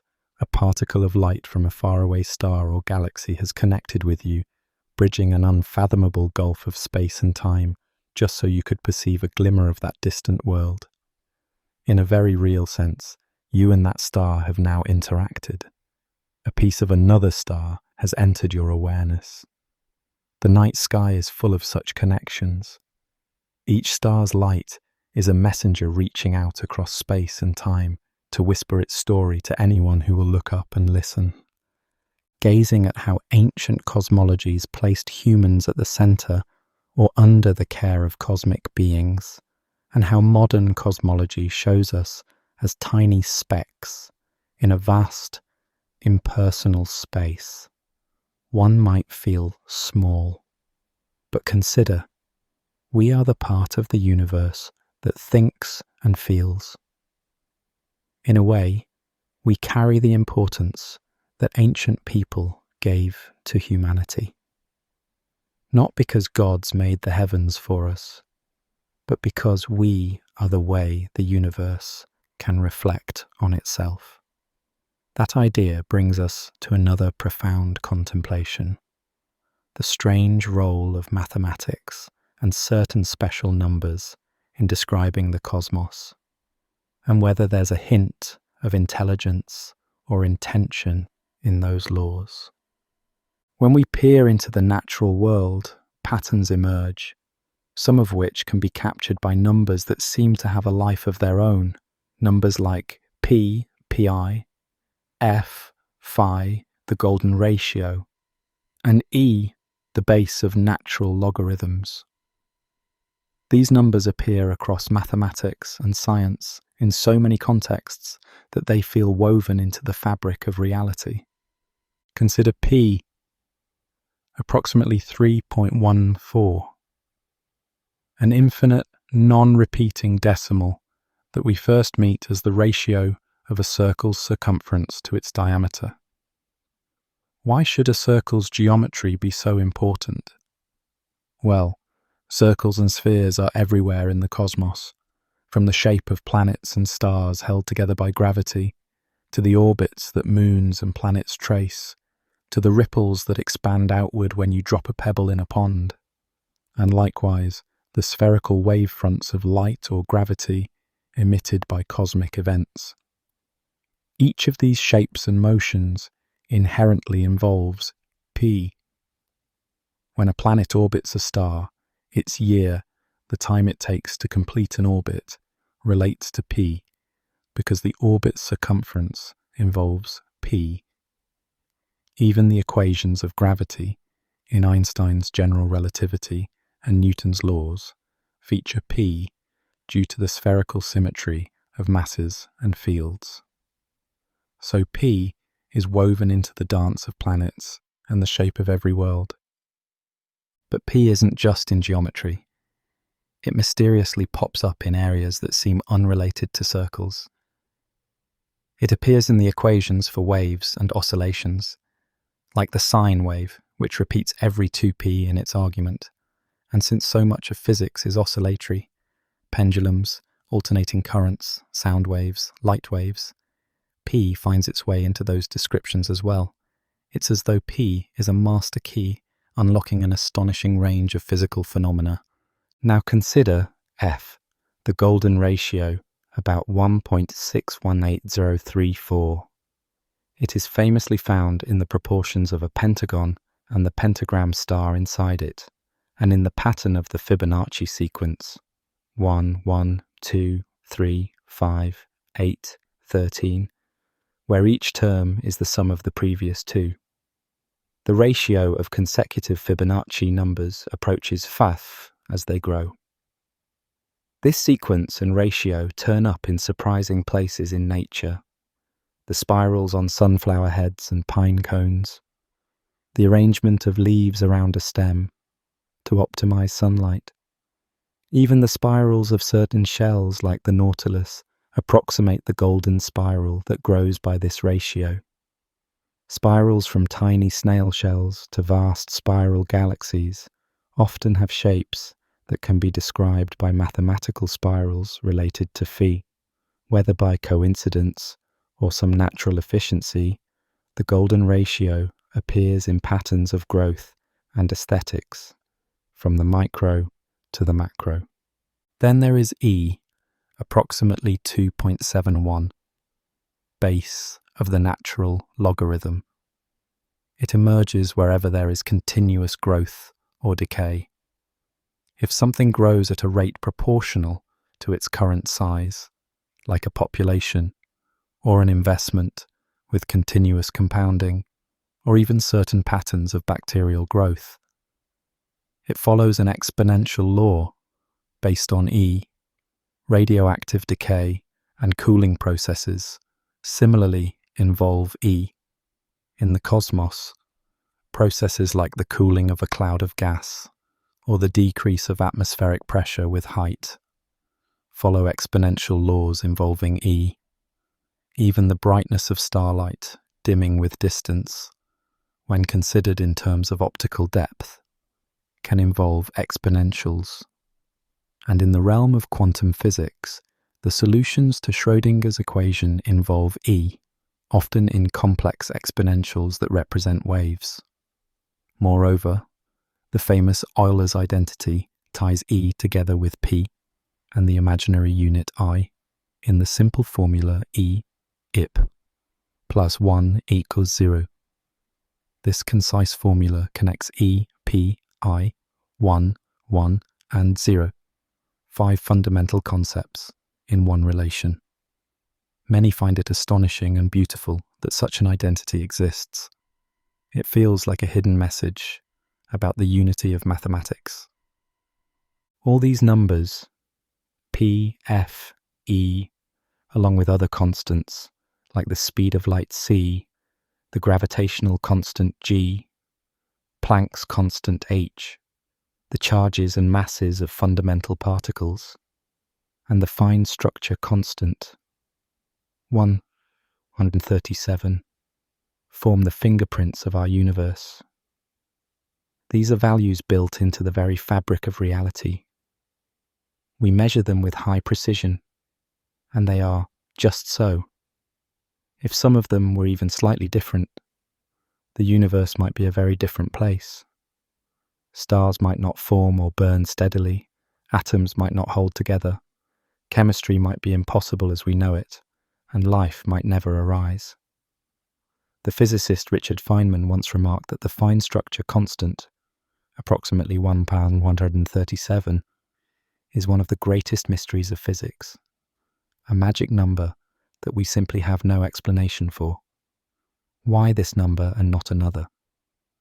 It's as if nature presents us with a set of finely tuned dials. We can't yet say why they have the settings they do. We might wonder, did they have to be this way? Some find this fact deeply mysterious, even suggestive of deeper principles or design. It's been said that the universe, in some sense, must have known we were coming, given how tailor-made it is for life and consciousness, at least in our corner of it. That poetic notion, voiced by physicist Freeman Dyson, captures the eerie feeling that the cosmos was somehow primed for us, or at least hospitable to life as we know it, as if by intention. Of course, there are more straightforward explanations, such as the anthropic principle. Among a possibly vast ensemble of universes or parameter sets, we naturally find ourselves in one of the rare ones where those constants allow observers to exist. In other words, if the universe weren't suited to life, we wouldn't be here to notice. So we shouldn't be surprised to find ourselves in a universe that is suited to life. Now, this brings forth a tantalizing question. Is there a reason these numbers and laws are what they are? Are they fixed by some deeper mathematical principle? Are they completely accidental?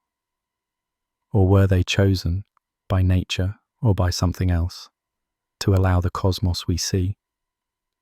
It leads to speculation about intelligence or intention embedded in the laws of physics themselves. Some think it's mere chance, filtered by anthropic selection. Perhaps there are countless universes or regions with different parameters, and we happen to be in one that allows life simply because otherwise we wouldn't be here to observe it. Others wonder if there's a single unified theory that forces the constants to have these values. A theory of everything that, once discovered, will show that these numbers couldn't be otherwise. But until such a theory is found, if it exists, our minds roam to imaginative possibilities. Could it be that the universe has these parameters because some intelligence set them that way? This could be a creator in a spiritual sense, or something like the simulation hypothesis, perhaps an advanced civilization, maybe even a type 4, as we speculated, created our universe as an experiment or a work of art, fine-tuning the constants to produce certain outcomes, like stars and life. If we ourselves ever reach such heights of technology, we might create pocket universes in a lab, with chosen physical laws, as a way to test theories, making us, in a way, parents to new universes. If our universe is such a creation, then the laws of physics are literally the thoughts or intentions of a creator or a programmer. The idea of intelligence embedded in the laws can also mean something more abstract. Not that a being designed them, but that perhaps the laws inherently give rise to intelligence as a feature. Consider that the laws allowed complexity. Complexity fostered life, and life evolved into consciousness. And now that consciousness can reflect on the laws, it's almost as if the universe created a way to know itself. John Wheeler, a famous physicist, once said, "We are the universe observing itself," highlighting this loop. He even entertained the idea that observers are necessary to bring the universe into a definite state, a controversial interpretation of quantum mechanics. In such a view, consciousness isn't an accident, but a fundamental aspect of how the universe becomes real. There's also the notion of panpsychism, a philosophical idea that consciousness or experience might be a fundamental feature of all things, that even an electron has a tiny glimmer of experience, albeit nothing like a mind, but some proto-consciousness. While far from mainstream science, this idea shows the lengths people go to find mind in matter. Whatever the truth, it's undeniable that the laws of nature have a certain elegance and harmony, and that out of them sprang something that cares, loves, wonders, and creates. Us. That alone can feel miraculous without invoking anything supernatural. Perhaps intelligence embedded in the laws simply means that the laws were such that intelligence was destined to emerge given enough time and the right conditions. This leads naturally into observation that many scientists have noted. The best laws we have found are often very beautiful. It's as if nature prefers equations that are concise, symmetric, and elegant. This could be our bias. Maybe we find them beautiful because they are true, rather than them being true because they are beautiful. But historically, the pursuit of elegance has guided discovery. Maxwell's equations unified electricity and magnetism in a symmetric set of 4 equations that have a musical simplicity. Einstein's general relativity equations are often praised for their geometric elegance. Space and time told to curve, and that curvature guiding matter, in a dance of math and reality. When Dirac wrote down his equation for the electron, which predicted antimatter, he was partly guided by finding a beautiful, symmetric way to combine quantum mechanics and special relativity. Symmetry has been a guiding principle. Emmy Noether, a brilliant mathematician, showed that for every symmetry in nature, there is a corresponding conservation law. If the laws of physics don't change over time symmetry, energy is conserved. If the laws are the same in every direction, rotational symmetry, angular momentum is conserved. This insight revealed why deep symmetries lead to things like the preservation of energy, momentum, and charge. Modern physics has taken symmetry to heart. The standard model of particle physics is built on symmetry principles, so-called gauge symmetries, that dictate the forms of the fundamental forces. Even the concept of broken symmetry plays a crucial role. The early universe might have been perfectly symmetric in some ways, but as it cooled, symmetries broke, like water freezing into ice crystals that have orientation. These broken symmetries gave diversity, e.g., the electromagnetic and weak nuclear forces appear distinct now, but at high energy they unify. The symmetry is broken at low energies, giving particles mass through the Higgs field. The matter-antimatter imbalance might be due to a tiny symmetry breaking in particle interactions, leaving a bit more matter when almost all annihilated. Those tiny asymmetries allowed a universe of somethings instead of pure nothingness. The ancient Greek Pythagoreans believed the cosmos was governed by harmonious numbers and musical ratios, the music of the spheres. Johannes Kepler, driven by a desire for elegant order, initially tried to fit the planetary orbits into nested platonic solids, convinced that God's plan must be geometrically beautiful. That particular idea didn't hold up, but Kepler's pursuit of cosmic beauty did lead him to formulate the true laws of planetary motion, elliptical orbits, equal areas in equal times, etc., which themselves had a mathematical elegance. Over and over, the search for symmetry and pattern has guided discovery. Herman Weil once said, "My work always tried to unite the true with the beautiful, but when I had to choose one or the other, I usually chose the beautiful." This sentiment, shared by many physicists, indicates how aesthetic judgment plays into theory making. Paul Dirac famously argued that it is more important for an equation to be beautiful than to fit the experiment, believing that a truly beautiful theory would eventually be shown correct by nature. And indeed, Dirac's beautiful equation predicted the existence of antimatter before anyone observed it. In nature, too, we see beauty and symmetry, the hexagons of a snowflake, the spiral of a galaxy or a seashell, the bilateral symmetry of a tiger or a human face, the delicate fractal branching of a fern or a lightning bolt. These patterns please us, perhaps because our brains evolved to find order and symmetry, often indicators of health or stability. But it goes beyond evolution. There's something universally resonant about these forms. When we see the silhouette of Saturn with its rings, or the glowing gas of a nebula shaped by stellar winds, we say it's beautiful. Why should the universe inspire such feelings? Perhaps because we are part of it, made of the same star stuff. Our minds tuned to recognize the fundamental patterns from which we emerged.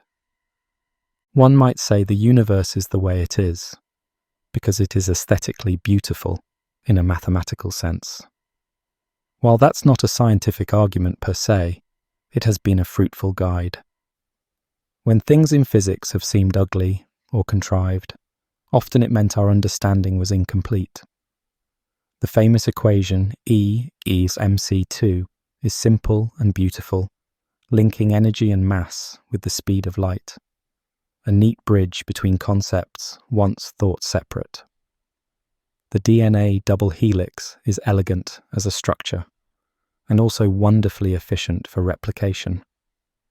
Beauty, symmetry, and simplicity seem to characterize the deep laws, even if the surface of the world, with all its complexity and messiness, can appear unsymmetric or chaotic. It's as if the language of the universe has an inherent poetry.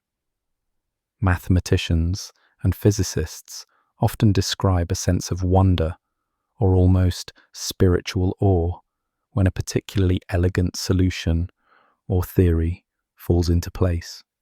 It's like the universe's laws set a stage of perfect balance and then let small improvisations like symmetry breakings and quantum fluctuations give rise to complexity and variety. Very much like an artful composition, why should the universe follow patterns that resonate with the human sense of beauty? We don't know. It could be that our sense of beauty is shaped by the universe we evolved in, so we inherently admire the patterns that built us. Or maybe beauty is a clue, a beacon that draws our minds toward deeper truths. Whatever the case, the alignment of beauty and truth in physics gives a feeling that there is harmony between our minds and the cosmos. Now, having journeyed through a litany of cosmic mysteries, alien civilizations and their absence, the invisible mass and energy that sculpt the cosmos, the quantum links that bind the universe, the loops and eddies of time, hidden dimensions beyond sight, phantom minds flickering in far futures, the precarious nature of reality's baseline, ancient stories of creation, sacred numbers, and elegant equations, hints of mind and meaning in the laws, and the profound role of symmetry and beauty. We come to the vastest questions of all: infinity, eternity, and the unknowable boundaries of thought. Infinity is a concept that the human brain cannot fully grasp, yet we can talk about it, and even work with it mathematically. Is the universe infinite in space? If you travelled in a straight line forever, would you ever come to an end, or loop around, or just go on without limit? As far as we can tell, the observable universe is finite. We can only see about 46 billion light-years in any direction, because light has had about 13.8 billion years to travel since the Big Bang, expanded along the way. But that's just what we can see. Beyond that horizon, there might be much more, potentially an infinite expanse if space is globally flat and unbounded. If space is curved like a higher dimensional sphere, closed, it could be finite yet without edges. Like how you can keep going east on Earth indefinitely and never find an edge. We don't yet know the global shape. Current evidence suggests it's very large and possibly infinite. If space is effectively infinite, then within it, all possibilities that are physically allowed might occur somewhere, given enough room. There could be another Earth out there, virtually identical to ours, with someone identical to you, reading or listening to these same words, living a life with only the most minute differences. This isn't science fiction, but a consequence of the statistics of infinite arrangements. If the universe is infinite and matter spread through it is roughly uniform with random variations, then eventually the configurations of atoms must repeat somewhere. It's a staggering idea. In an infinite universe, even the strangest scenarios are not only possible, but perhaps inevitable somewhere. Expanding our scope even further, modern cosmological theories consider that our universe itself might be one of many. The concept of a multiverse comes in several forms. One version arises from the idea of eternal inflation. The exponential expansion that likely drove the Big Bang might not have been a one-time event. Instead, it could be happening continuously in a vast backdrop of reality, with different regions bubbling off to form individual universes like ours. Our universe would then be a bubble that stopped inflating and proceeded to expand and form galaxies, while elsewhere, new bubbles are constantly emerging. Each bubble universe could have different physical constants or different initial conditions. If there are infinitely many such universes with varying conditions, then anything that can happen will happen in some universe, perhaps infinitely often. Reality could be an ever-growing foam of universes without end, a multiverse where the concept of infinity is taken to a higher level, not just infinite space within one universe, but infinitely many universes. There are other multiverse ideas too. For example, the many worlds interpretation of quantum mechanics suggests that every quantum event that could happen does happen in a branching of timelines, creating a near infinite array of parallel realities with every possible outcome. Or there are speculative scenarios of cyclic time, where our universe's death might trigger another universe's birth time and again. These ideas stretch far beyond what we can currently confirm, but they show how the idea of infinity keeps appearing in our attempts to understand existence. Some cosmologies even suggest infinity might be transcended or nested, like an infinity of infinities, levels upon levels of reality. Dealing with infinity is mind-bending. Think of the famous Hilbert's hotel paradox. Imagine a hotel with infinitely many rooms, all of which are occupied. If a new guest arrives, it sounds like there's no room. But in an infinite hotel, you could move the guest in room 1 to room 2, room 2 to room 3, room 3 to room 4, and so on ad infinitum. Then room 1 becomes free for the new guest. The hotel was full, yet it accommodated one more guest. That's the strange property of infinity. It defies our finite intuition.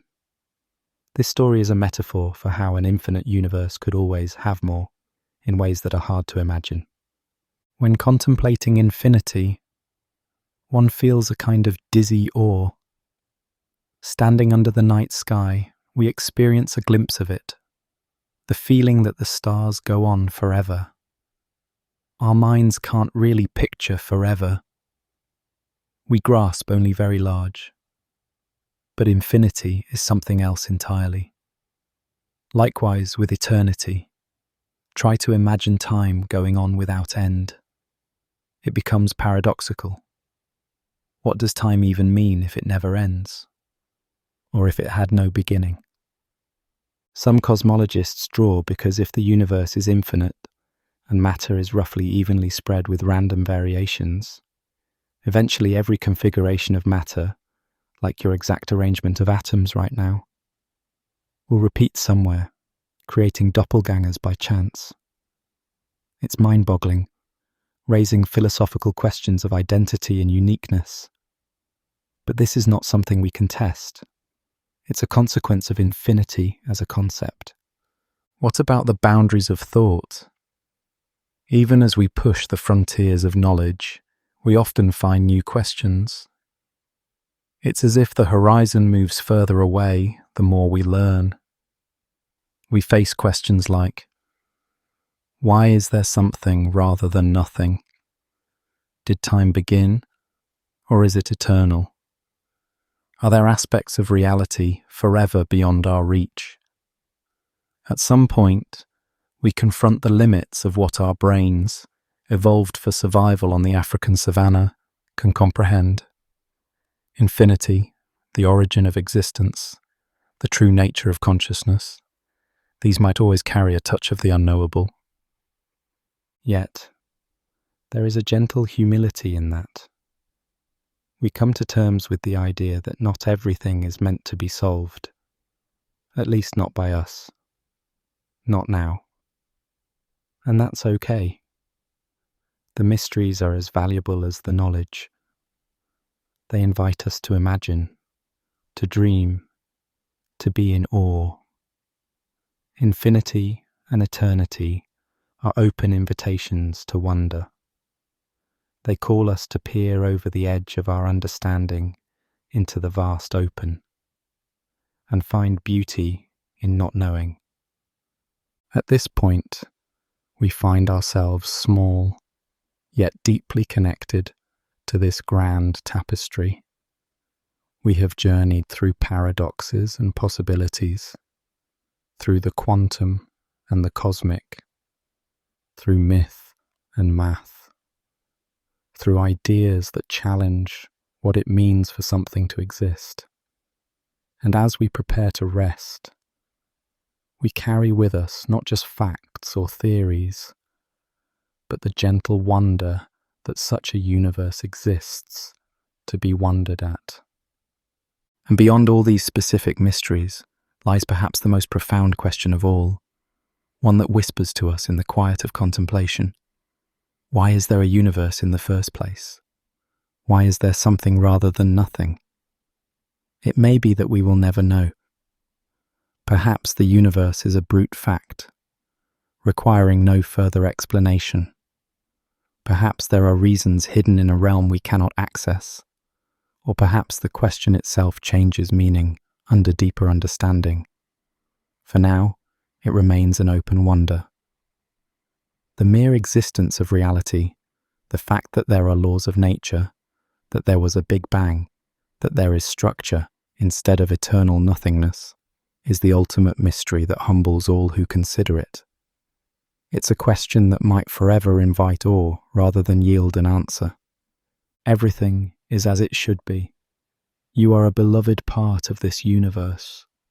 Feel that truth. You belong in the cosmos, and the cosmos is within you. Your existence is a wonder of cosmic history and your consciousness, a spark of the universe knowing itself.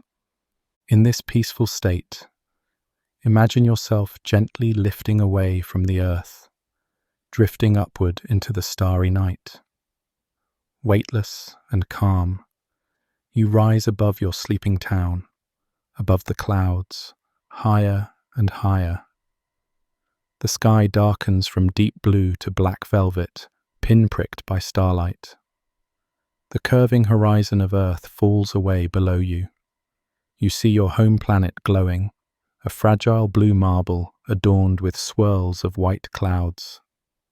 City lights sparkle on the night side like tiny constellations of their own. You feel no fear, only wonder and serenity as the Earth becomes a small jewel in the vastness. Below, the polar skies bloom with soft auroras, green and violet curtains of light swaying in the geomagnetic breeze. A silent farewell from Earth's atmosphere. Now you drift toward the moon. The moon's silver-grey surface is pocked with ancient craters. You glide over its silent, stark plains, and for a moment you pause above the sea of tranquility, where humans once left footprints. The sun is rising there, casting long black shadows in the lunar dust. All is still, no atmosphere, no sound, just peace. Then you move on, carried by a gentle cosmic breeze flowing outward. Passing the moon, you venture into the space between worlds. The sun ahead is a radiant golden orb, illuminating your path through the darkness. You drift by Mars, the rust-red planet with its white polar caps. You see the ghost of ancient river valleys on its surface as you pass. Hints that it was not always so arid and cold. Mars sits quiet under a salmon-pink sky, a world holding its breath. Farther out, you skim the rings of Saturn, billions of icy rocks circling in a flat plain, catching the sunlight like countless diamonds. You weave slowly through a gap in the rings, watching their delicate structure ripple slightly with your passing. Saturn itself looms large and banded nearby, a giant striped sphere with a gentle pastel hue. Its many moons dot the space around it. It's a serene tableau, like a painting you can drift through. Beyond the planets, you float past a comet, a mountain of ice and rock, with a tail stretching like a delicate veil, glimmering faintly as the sun's distant warmth makes the comet's ices vaporize. You wave at the Voyager 1 spacecraft as you glide by. Voyager is far from home, a tiny metal ambassador with its golden record, coasting silently in the interstellar night. Past the outer boundaries of the sun's influence, you slip into true interstellar space, leaving our solar system behind. Out here between the stars, it is dark and profoundly quiet. The nearest star is far, far away, a faint glow in the distance. Ahead of you, like a broad highway of light, stretches the Milky Way. You realize now that you are indeed floating down a cosmic river. The Milky Way's band is the combined glow of billions of distant stars. You merge into that river of starlight. It carries you gently along its course, past bright clusters of stars that twinkle blue and white, newborn suns cradled in their nursery. You drift through a glowing nebula, perhaps the Orion Nebula, a vast cloud of gas and dust painted in soft pinks and purples. It's illuminated from within by young stars, like lanterns in a mist. Tendrils of cosmic dust curl around you, but you feel only a pleasant coolness and awe, as if gliding through an otherworldly cloud. You pass by a pair of stars dancing around each other, gravity binding them in an eternal waltz. One is a red giant, swollen and radiant in a cool crimson glow. The other is a small, hot white dwarf, shining like a fierce white-blue spark. They cast an amber and ivory dual light into space. You quietly greet them as you sail by, feeling the warmth of their combined glow for a moment on your face, or is it your soul, before you drift onward. As you move closer to the galactic center, the stars around you grow denser, like city lights as you approach a busy downtown from a sparse countryside. Yet you are still cradled in tranquility. Each star is so far from its neighbor that space remains mostly void and peaceful. You notice a subtle change in the light. A gentle golden hue pervades the region, coming from the concentration of older stars toward the core. At the core of the Milky Way, you see a soft, pearly bulge of starlight. The combined glow of millions of stars orbiting something dark and mysterious at the very center. That something is the great central black hole of our galaxy, quietly pulling on all the stars nearby. It is invisible, of course, but you can sense its presence as a stillness, a deep, calm point around which everything swirls. Stars crowd around it at a respectful distance, moving in orbits like bees around a hidden queen. You keep a safe distance too, orbiting gently around the core and then rising above the galactic plane. Now you find yourself above the spiral disk of our galaxy, looking down at its splendor. The Milky Way is a magnificent spiral, like a giant glowing pinwheel in the dark. The spiral arms, trailing like faint bluish-white ribbons, are studded with knots of light. Those are star clusters and nebulae, and they're laced with darker lanes, where interstellar dust clouds obscure the starlight. The core is a brighter, butter-yellow glow of densely packed stars. You see all this from a quiet vantage, as if you're an artist who stepped back from their canvas to admire the whole masterpiece. The galaxy rotates slowly, a grand silent whirl in the cosmic ocean. For a moment, you simply float there, in silent astonishment, taking in the galaxy's majesty. It looks peaceful and static in your view, even though inside it, stars are born and die. Civilizations, if any, rise and fall, and it churns on timescales far beyond human lifespans. From here, it's like observing a colossal living mandala, or a snowflake pattern made of stars. A gentle sense of pride and belonging might wash over you. This is our galaxy, our home in the universe, and it's beautiful. Now your journey carries you farther out still, across the intergalactic sea. The Milky Way begins to shrink behind you, until it's just one of the countless faint glimmers of light in an endless expanse.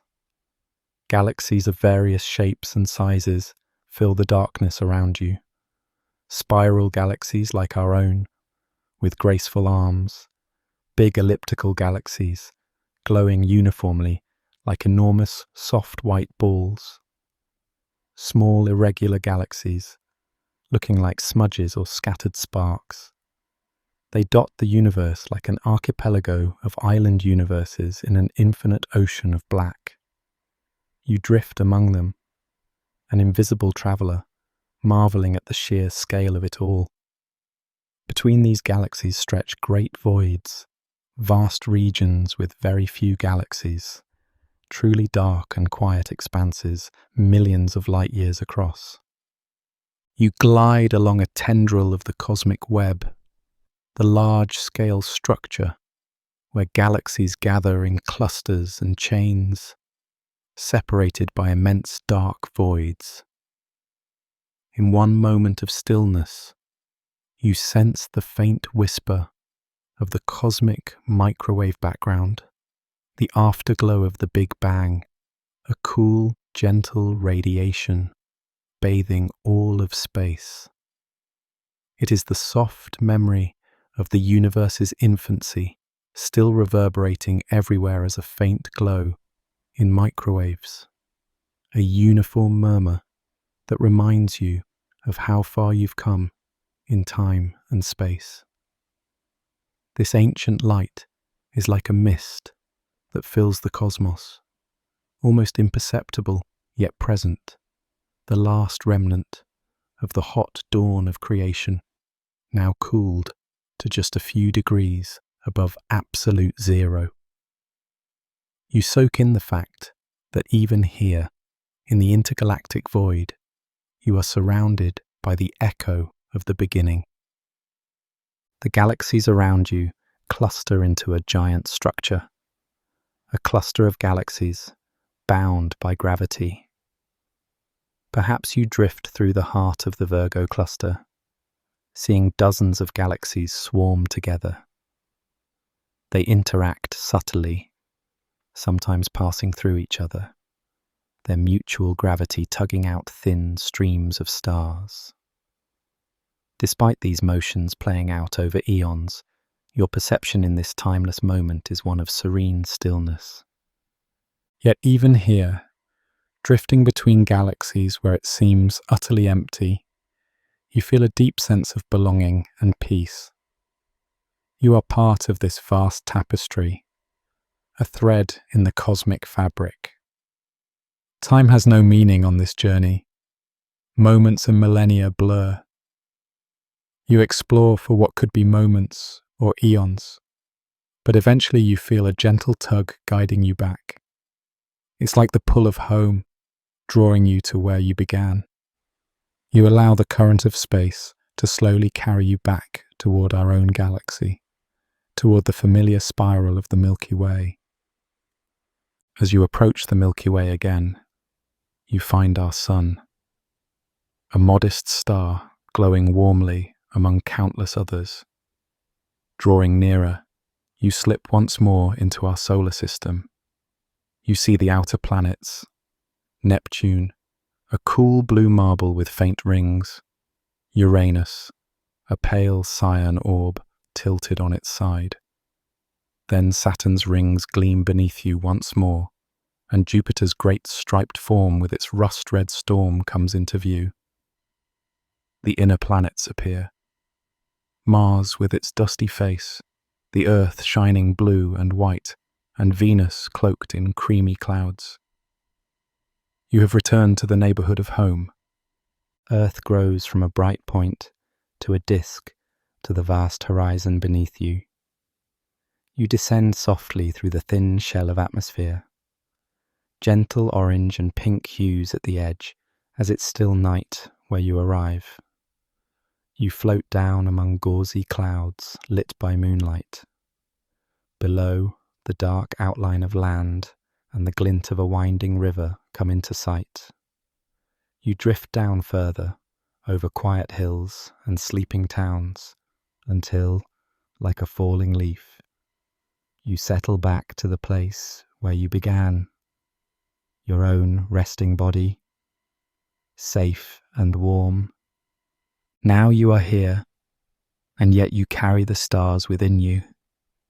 You feel the gentle weight of your body and the soft support of the bed, your own little craft, cradling you after this cosmic voyage. The cosmic river has set you back on the shores of your own warm haven. Let your toes, your legs, your abdomen, your chest, your arms, your neck, each part of you surrender to the gentle pull of gravity, becoming warm and heavy. Your eyelids are soft and closed, your jaw unclenched. Any remaining tightness in your body dissolves, as if the vast night sky is drawing it out of you and replacing it with calm. Feel the slow rhythm of your breathing. With each breath out, you release tension. With each breath in, you invite tranquility. Think of your every breath as in tune with the ebb and flow of the universe. Inhale, stars are born. Exhale, stars die, spreading elements that will seed new stars and planets. Inhale, the galaxy spins on. Exhale, galaxies drift farther apart in the expanding space. Everything in its cycle, everything in its time. As you breathe, you are connected to that grand rhythm. We lie under the canopy of the universe, feeling the subtle connection to it all. In this state of relaxation and quiet wonder, you might imagine yourself still drifting among the stars, weightless and calm, even as you remain here in your bed. You carry the peace of that journey with you. Now let all of those cosmic dances slow to a gentle stillness. The mystery of the universe will continue unfolding, but for now, it is time to rest. In the silence that follows, you are cradled by the dark, vast sky, safe, warm, and at peace. Let your thoughts fade like dimming stars and surrender to the quiet night. Sleep now, knowing that you are part of something beautiful and grand. The stars will keep their watch, and the universe will be there when you wake. For now, let your dreams take you deeper into serenity. Good night, little explorer of the cosmos.